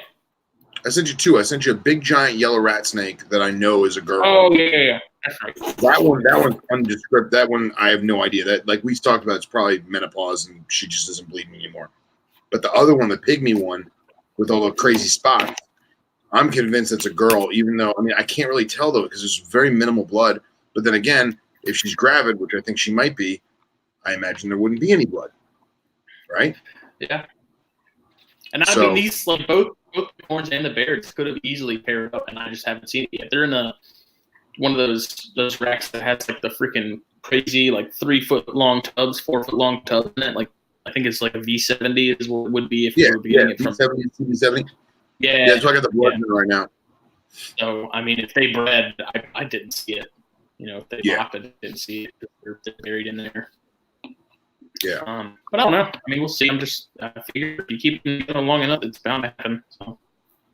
Yeah. How often you check the temps in those long CB70s? Fairly regularly, because I actually had to turn it down. Like I turned it up to where, and I think maybe the probe just got misplaced. It's not on the heat tape. It's off to the side on the wall of the rack and like the middle slot.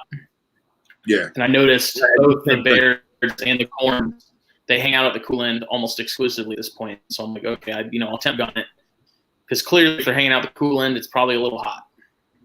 Reading the snake, hanging out the cool end, clearly it must be warm for them, too warm. So I clicked it back down to I think the low 80s, upper 70s, and it seems a little more stable in there now.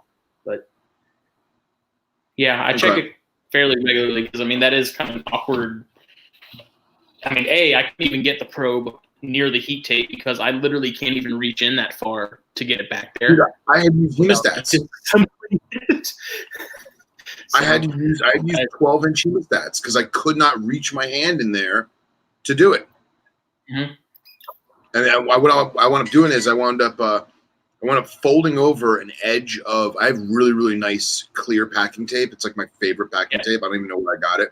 I wound up folding over the edge, holding it with the hemostats, and then sticking the probe to it, and then reaching my arm in, placing the tape where I wanted it, letting go of the hemostats, and then smearing the tape with the hemostats.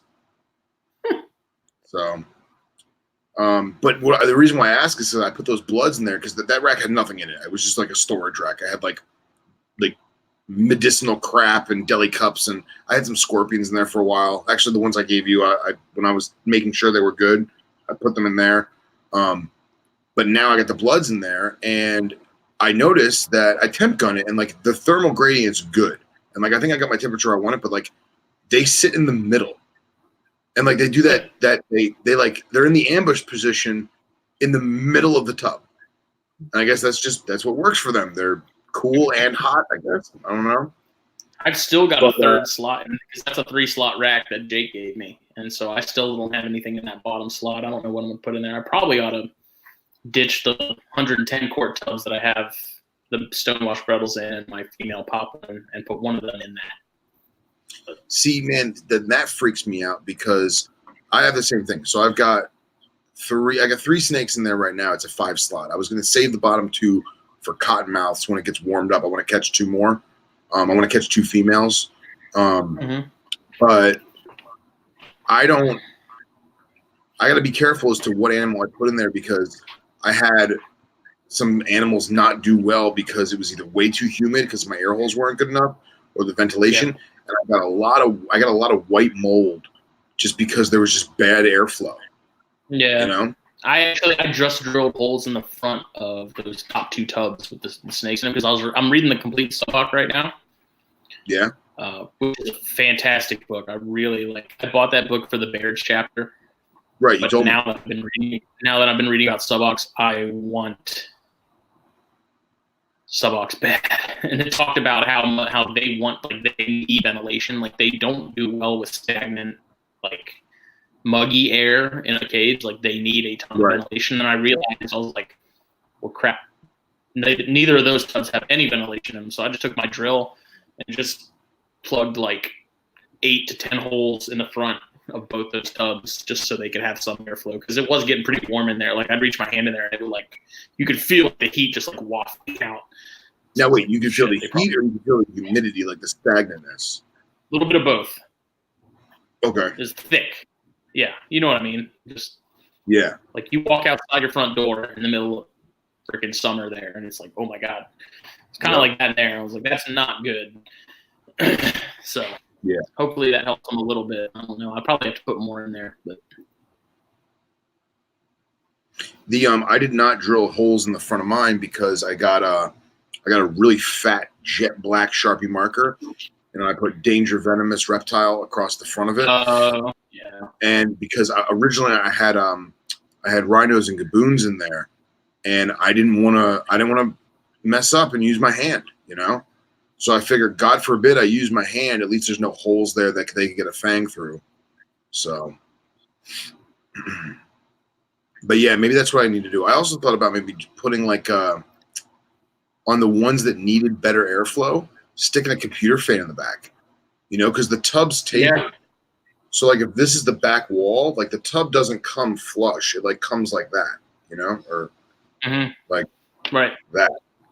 So I thought about sticking a computer fan back there, but I think I'd rather just keep it to species that don't mind the mucky air, I figured that's why I figured the Bloods are doing fine. They're savages. Right. So it sucks that Sean just left. I went on Facebook and I just messaged him. The cages look great. And was it NPR where they were talking about how nobody makes white cages? Or was it you guys? I don't know. It wasn't us that I remember. One of the podcasts, they were talking about how nobody makes white racks. And like, I hate white racks because it shows all the dirt. But I just looked at Sean's and those things look friggin' great. They look crisp and clean and fresh. They look fantastic. Hopefully he's still listening. He said he is. He said he's just driving, so he's not. Oh, okay. Yeah. I need a new lighter. This lighter's poopy.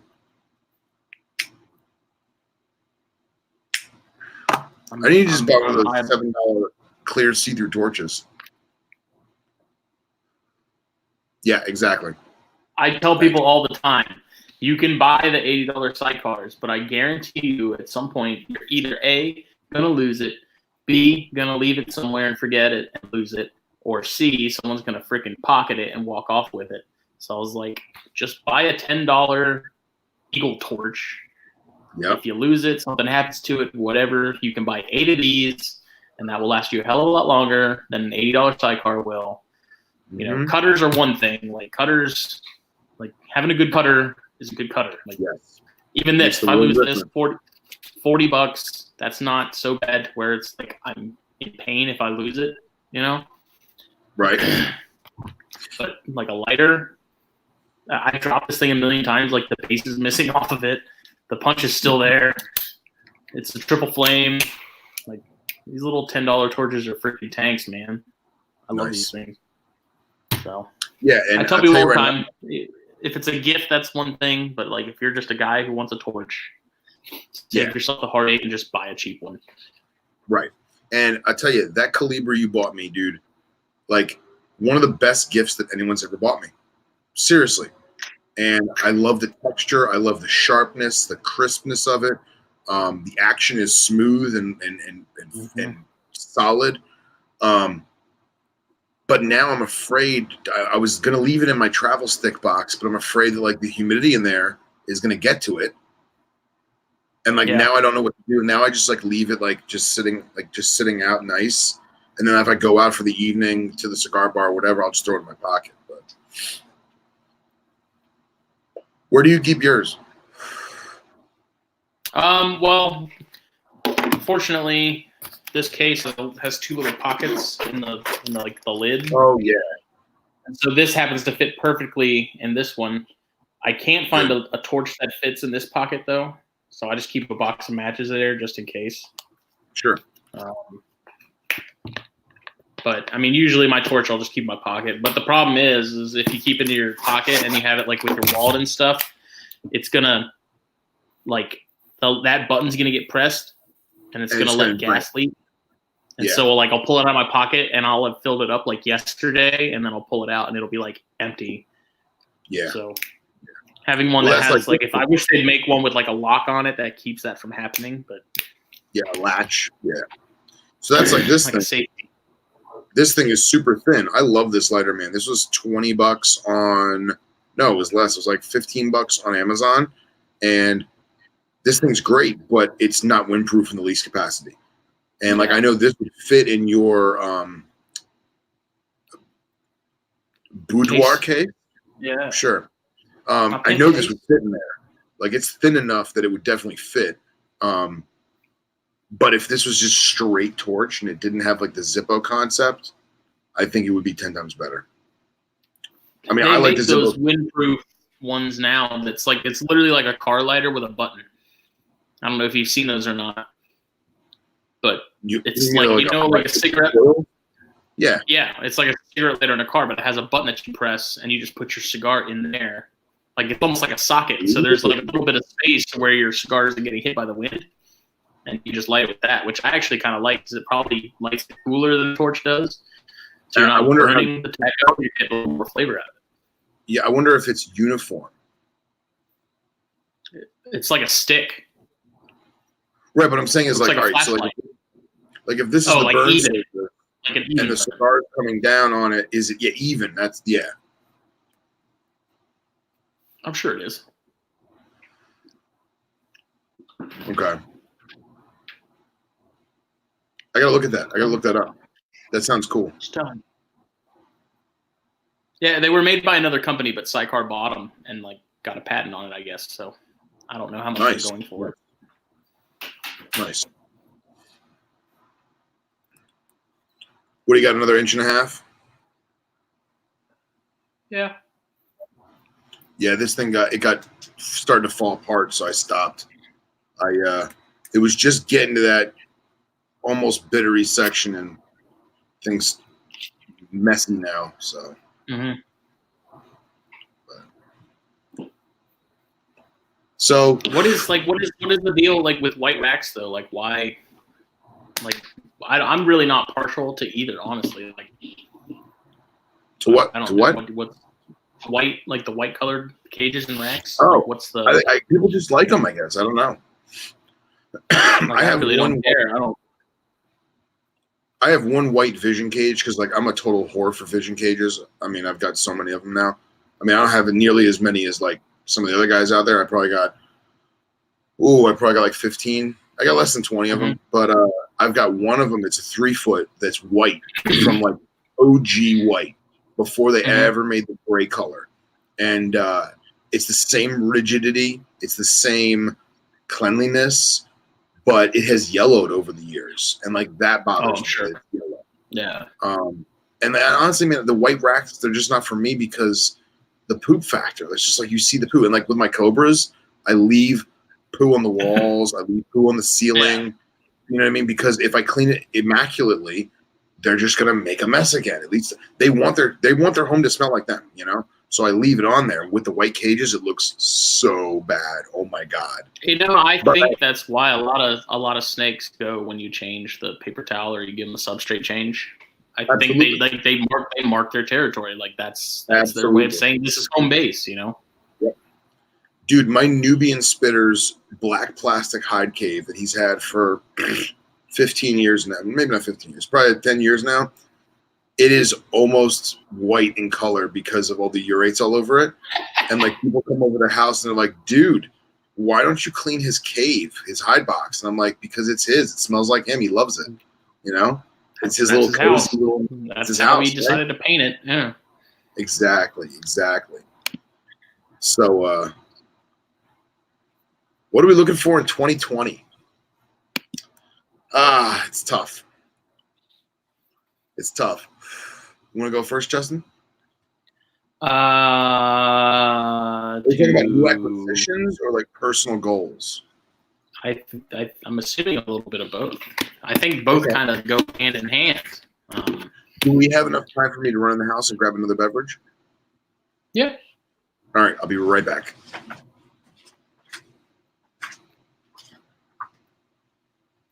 $2020. I'd like to see the magazine grow. Absolutely. I'd like to see the podcast continue to grow, especially, you know, THP. ControCast is it's not dead. It's just, it hasn't been a priority lately. It's kind of gotten into the same habit that GTP Keeper Radio has, but I mean, it was never really the focus to begin with. It was just a side thing. So that one I don't really feel too bad about because it's one of those things where it's like I'll get to it when I get to it. But definitely continue to grow THP. Definitely continue to grow the magazine. I don't know. I mean, as far as keeping stuff, get more into Boyega. I don't know if that's going to happen this year or not, but I hope it will. Right now, like I said, the focus is just condensing more as far as cages go in the snake room and being more efficient with that space. Dart frogs would be cool. I've got 2 tanks sitting here that I'd eventually like to have frogs in. I don't know when that's going to happen because that also requires more space because one of them's like a 40-gallon. I'd love to have inlands. I don't know if that's going to happen anytime soon either, but more bears, more chondros produced by me, just talking about stuff for the year. Said I was wanting to grow THP, grow the magazine. Saying how like ContraCast isn't too much of a focus at the moment.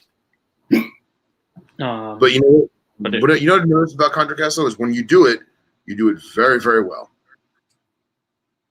Yeah, and I mean, I have a lot of people who ask me. They're like, "Man, when's the next ContraCast episode?" And I'm like, "I don't know. Like, that's really not a priority." Out of all the things I'm doing, ContraCast is like bottom of the list. Well, that, and I'm also kind of running out of people to have on. At least people that I want to have on. There's plenty of people that are doing stuff with chondros, but I don't really have much of a desire to bring them on just because I kind of don't like their mentality about them, and right. some of the egos are just too big. I don't feel like entertaining them. Right. You had David on THP or you had David on Chondro? I don't remember. He's been both. He's actually like him and Luke are kind of my co-hosts on that, but they kind of alternate. Like I'll message them and say like, "Hey, I'm having this person on this night. If either of y'all want on, let me know." And usually one of the two is like, "Yeah, I'm free. Let's do it." Cool. Very cool.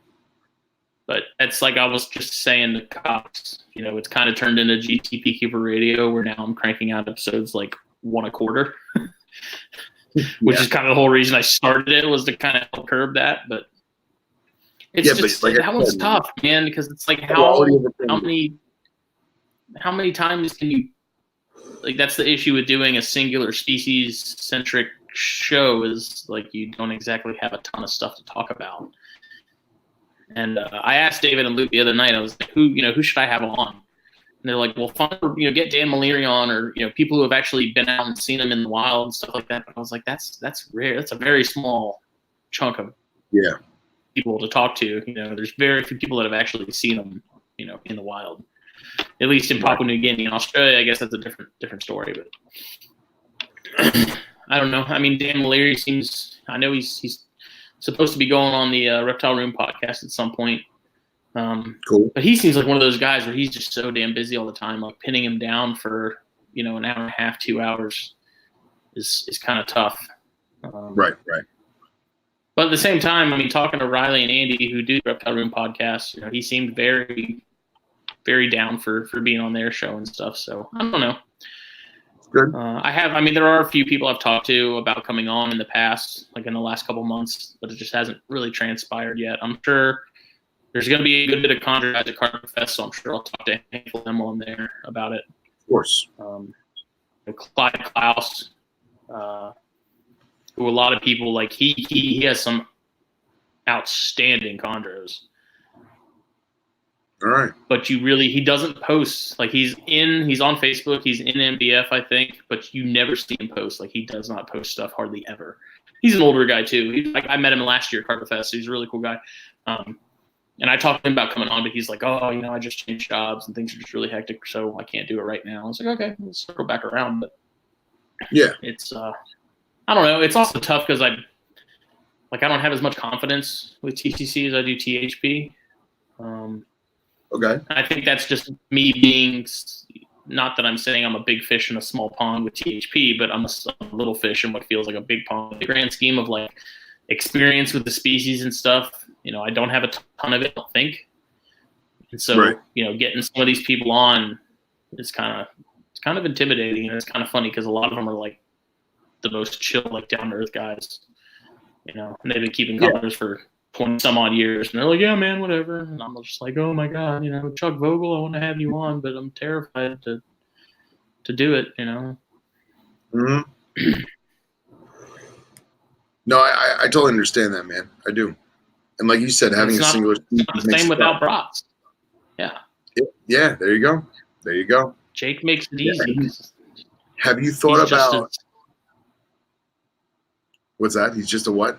He said he's just as like when we have someone on who, talking about like leaf-tail geckos or something, we're both just as like green to that. So maybe it's not as brutal when there's someone else who's just as clueless as I am when it comes to stuff. Sure. It's not as brutal when it's not just me. And you have different, like, I mean, obviously if you're with Luke and David, you're still feeding off of each other the same way that you and Bratz do, but Bratz is your man, he's your partner in crime. So like, well, it's also very different when he's sitting right across from me at the table. Like he's here. That's true. Like I can tell when he's about to say something, so I don't have to talk over him or anything like that. When they're remote and you're in a phone conversation, it's kind of hard to not do that because you can't see someone who looks like they're about to chime in. Yeah, I can see that. Have you thought about doing with the CondraCast? Have you thought about doing like? I don't want to.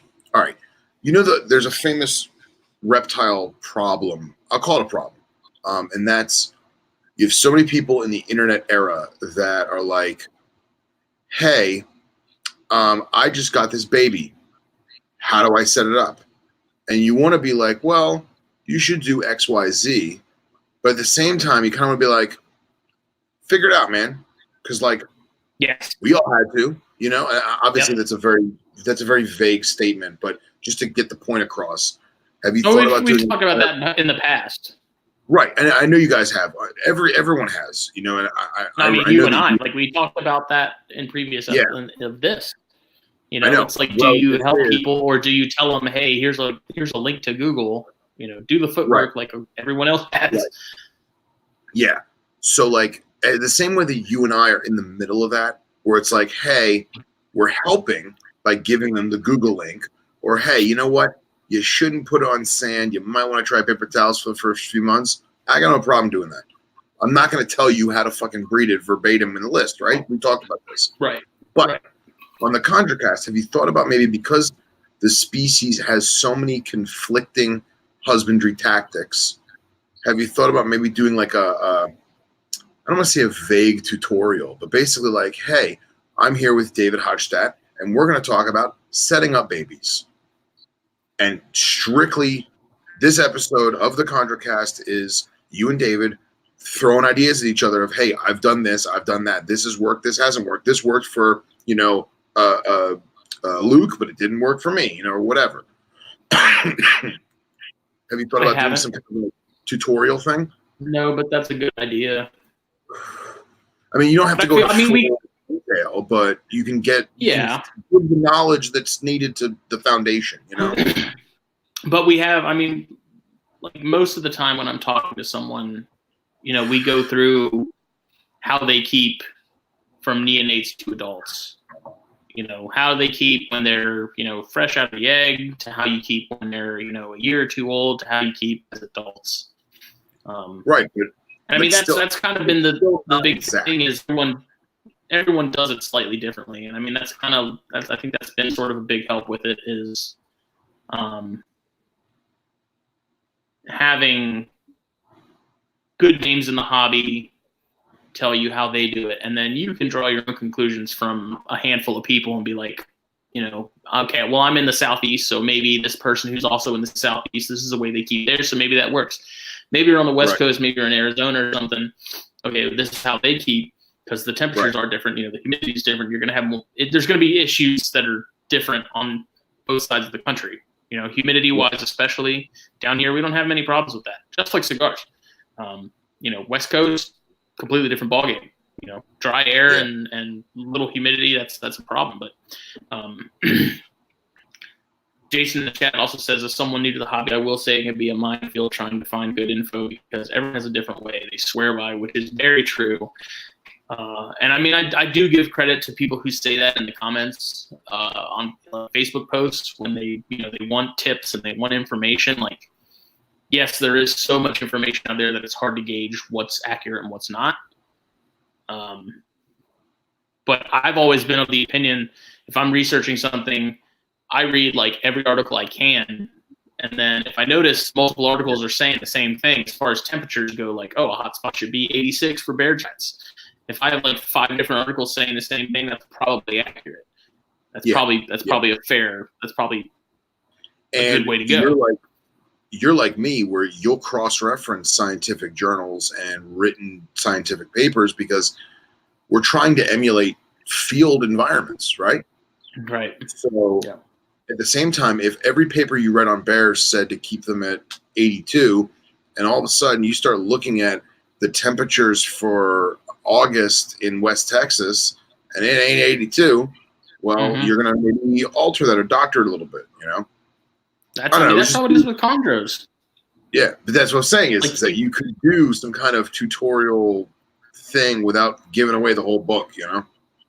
Like you read Maxwell's book on chondros, and he says, a hot spot of like upper 80s, but then you read, the Green Tree Python book by Julander and Phillip, and they're like, hey, here's some, data that we have from Papua New Guinea throughout the year.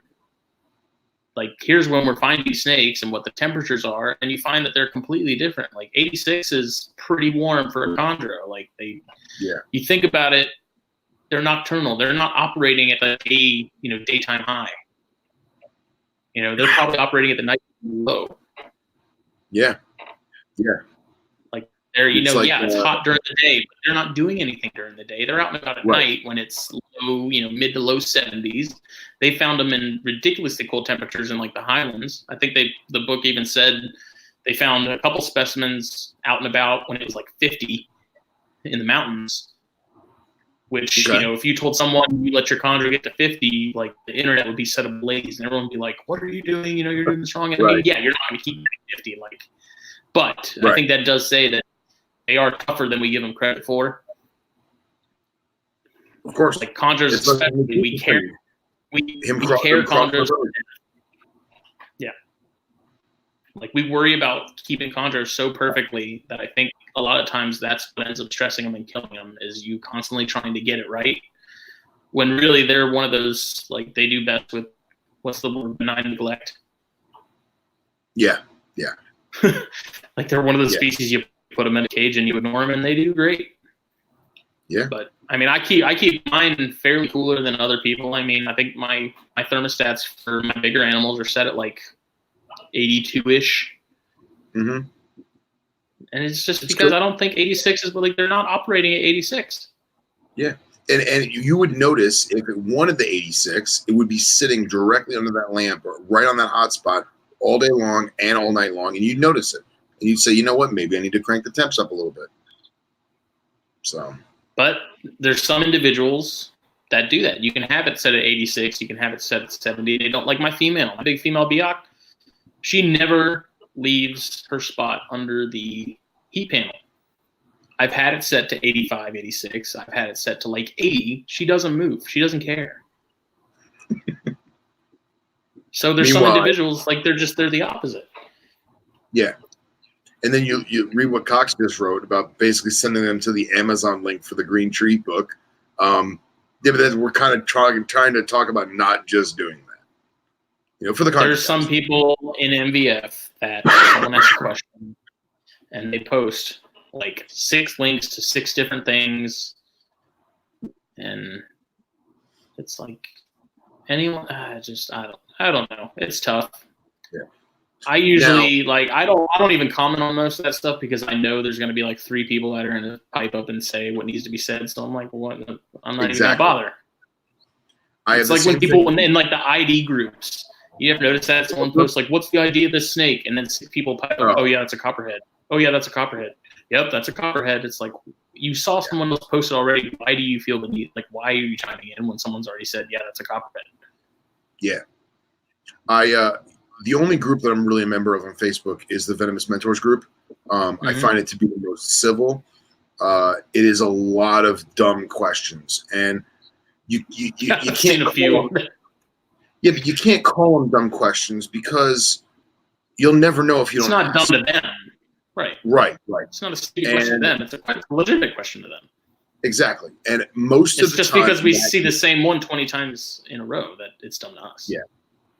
So most of the time, it's what you just said, where the people chime in and they're like, hey, no, it's like this. And like people try to be as polite as they can because they realize there's no such thing as a stupid question, because if you don't know, if you don't ask, you're not going to know. But I'll notice where people will put, they'll ask a question, how can I get this to eat, whatever.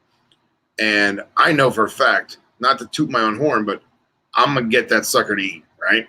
I'm doing this enough to know with that one species, this is my trick, right? Mm-hmm. And 10 people will say, oh, try this, try that, do this, do that, do this, do that. So I went on there, and instead of trying to troll and be like, you're fucking wrong, man, you got to do X, Y, Z, I just go private message that person. Yeah. And I'll say, hey, everything they said is good, and most of that stuff will work. But why don't you try this first? Just do this and see what it does first. And if this doesn't work, then go for it. Try all the other ones. And I would say, again, not trying to toot my own horn because I can be a little narcissistic. I would say 90% of the time, that person writes back and they're like, wow, man, I didn't even think of that. It worked. It was great. And like I had this one guy on there, a young kid, maybe 18, 19, and he always wanted to get cane breaks. And he got 2 baby cane breaks from somebody. And I won't lie, those animals look like dog shit. They looked horrible. And I've lost my fair share of baby cane breaks, man. And it's tragic because they're amazing animals, dude. And you try and you try and you try. And he said, listen, it's showing signs of this and signs of that. I was like, listen, just do this, blah, blah, blah. And don't look at them. Don't touch them. Just leave them alone. Well, the one, he did with both. One of them, it was too far gone. It wound up passing away. The other one, now it is his best feeding snake in his collection. And he got offered 15 or 20 different things. And again, I'm not trying to toot my own horn. I'm just saying, like, there's a way that we can share our knowledge without giving them the whole book. You know what I'm saying? And I think that would make a good ChondroCast episode for some kind of tutorial thing. That's all. Rant. Another idea I had too was like controversial subjects as far as chondro goes, like having like 3 or 4 guys on and just doing like sort of like the round table sort of deal. Round table. Like NPR and stuff had, but yeah, it's if someone messages me too and asks questions, like I'm not going to be like, go ask the group. Like if someone messages me with a question, like I'm definitely going to help them. But I'm not going to on the groups and stuff. If someone says, hey, I just got this, any tips? I'm not going to be like, sure, let me just list them out for you here. Like, if someone messages me and is like, hey, which has happened a lot on Instagram especially. I have people message me all the time and ask me about chondros and stuff. I'm not going to turn them away. I'm going to tell them. Sure. And you're man enough to be able to say, hey, I don't know. Or I've never done it. Yeah. Maybe you should talk to this person. That's exactly what I do. Yep. Someone asks me something. If I don't know, I guarantee you, I probably know someone who's dealt with that before, and I can send you in their direction. They can tell you exactly what you need to know. I won't lie, man. I never talked to Lawrence, Scrub Lawrence. I never talked to him. In fact, crap, man. Prior to maybe 4 or 5 months ago, I didn't even know he existed.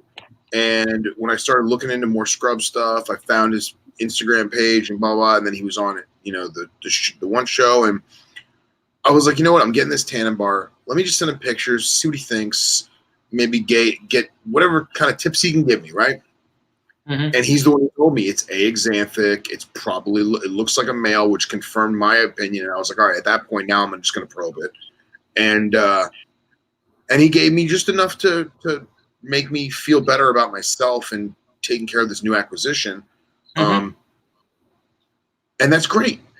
And that's why we're doing it. That's why we're doing what we're doing. That's why you're doing the ChondroCast. It's for that moment, And I've had a lot of people message me on Instagram, oh, I just got this chondro. I'm really worried about this. It's not eating. It's been like 3 weeks since it ate or since I got it, and it hasn't eaten. And the person I bought it from, they got it at a show, and the person who sold it to them didn't know when it ate last, and I'm really worried about it. And the first thing I tell them is like, well, calm down. Panicking about it does not make it better. Right. Like, realize that these things, especially even when they're young, can go ridiculously long times without eating. Even for a snake. It's not like boiga, it's a different thing. If someone messaged me and said, hey, I just got a boiga, it hasn't eaten in 3 weeks, it's only, it's tiny, I don't know what to do, I'd be like, get a mouse tail in it pronto. Right. Like ASAP.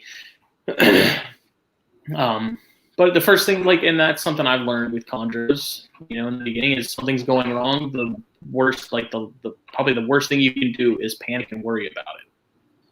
Yeah, because then at the same time, the more you panic, you're stressing yourself out. And I guarantee you're stressing the snake out too, because you're accosting it or molesting it by going in there all the time and going in there all the time and going in there all the time. Yep. You don't even touch the animal, dude. These stupid baby carpets I got, man, they're champion animals. But there's air holes. When I open that lid, they feel that pressure break.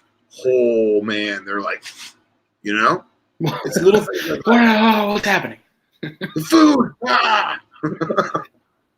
Yeah, it's just, I tell them all the time, I'm like, take a breather, step back, analyze what's going on from top to bottom. Like, that's what I do. If something's off, like if I have a chondro for whatever reason, like I said, in the last episode we were talking about that female, she's grounding herself. Okay, what usually causes them to ground themselves? It's too hot. Okay, check temps. Okay, those are fine. Okay, now let's look at, is it too humid? Is there not enough coverage? Like, is it stressed and it's trying to hide? It's under the paper towel. Okay, so maybe this tub is too big. Let's move it into something smaller. Okay, she's back to perching.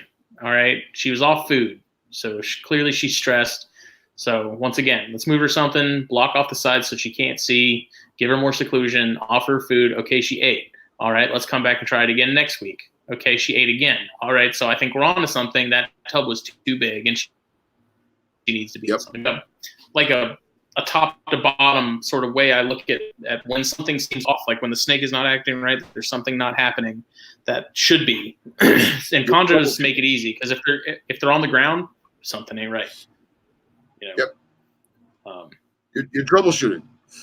Yeah, exactly. That's exactly what it is. But it's like I said, it just starts with, okay, what's the problem? It's not eating. Okay, like, check temps. Is it hydrated? Does it look like shit?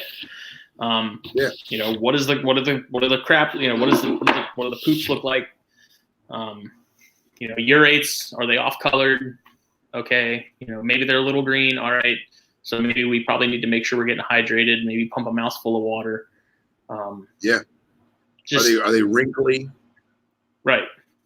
Are they down, like blowing bubbles? Right.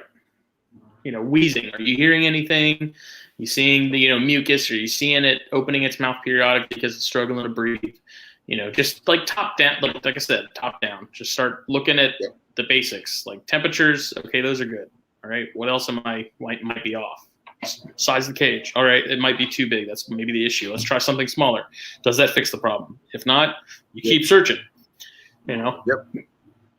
It's to bring up the Cox about his carpets, I don't know what species you got from Bratz, but the ones I was talking about are Darwin's, and they're the sweetest puppy dogs you've ever seen outside of the tub.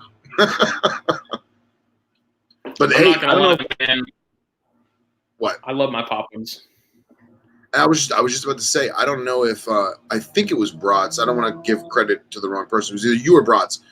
But when I got those IJs, that trio, and they were just not happy animals, like not aggressive. I'm saying they were just like shy and closed off, weren't eating, they weren't drinking. And I think it was Bratz told me, he's like, dude, put some fake plants in there. And I was like, probably. The tub's clear, the dog's walking by it every day. Like, of course. So I did, and dude, now they're champion. They're champion. Yep. And Cox, those IJs I just got that are farmed. They're the most mellow snakes ever. So if you got IJs from Bratz, it's not that he produced stupid snakes. It's that they're just awesome. Yeah, I mean, most carpets when they're small are kind of pugnacious, anyways. Even even the tame ones, when they were little, they were probably little assholes, just because that's how most carpets are when they're tiny, scared of everything. You know, the one I Yep. got from Riley, that's a little guy. He was kind of an ass when I got him. He's pretty chill now. I can handle him without any problems. But Bro, Riley they is grow so out of it. happy about that water python. Right? That fool messed. Like, he sent us a video the other night. I guess he had a baby Antaresia that died. He's had a few that just haven't been eating. He can't get them going. Like, no matter what he tries, they're just not starting. And I think he lost one. And he sent us a video of him. He fed it to the Apodora. And watching that was just bizarre, man. Like, it's so weird to see a python eating a python. Eating a python, yeah. It's really, really weird. I was like, this is like the Twilight Zone, man. This is kind of weirding me out. And you can just tell, like, obviously I don't know him nearly as well as you know him. I just know him from listening to podcasts and maybe the occasional bullshitting on Instagram, but he loves that snake. Yeah, He loves he that does. snake. Yep. All right, man. Well, I'm getting summoned. Do what you got to do, my friend. I think this was a good episode. I enjoyed it. It was a good Thank you episode. to all I who enjoyed watched. it too. Thank you to all who Sean, watched. if you're still listening, I will be hitting you up. I'm sorry, Phil. Yeah, I actually just messaged you on Facebook, Sean, so you will see that, hopefully. Cox, we love you, and we're sad that you will not be joining us at the Fest of Fests. And, yeah, Snake Festivus. Festivus for the rest of us. All right, man. Have a good night. Later. Bye.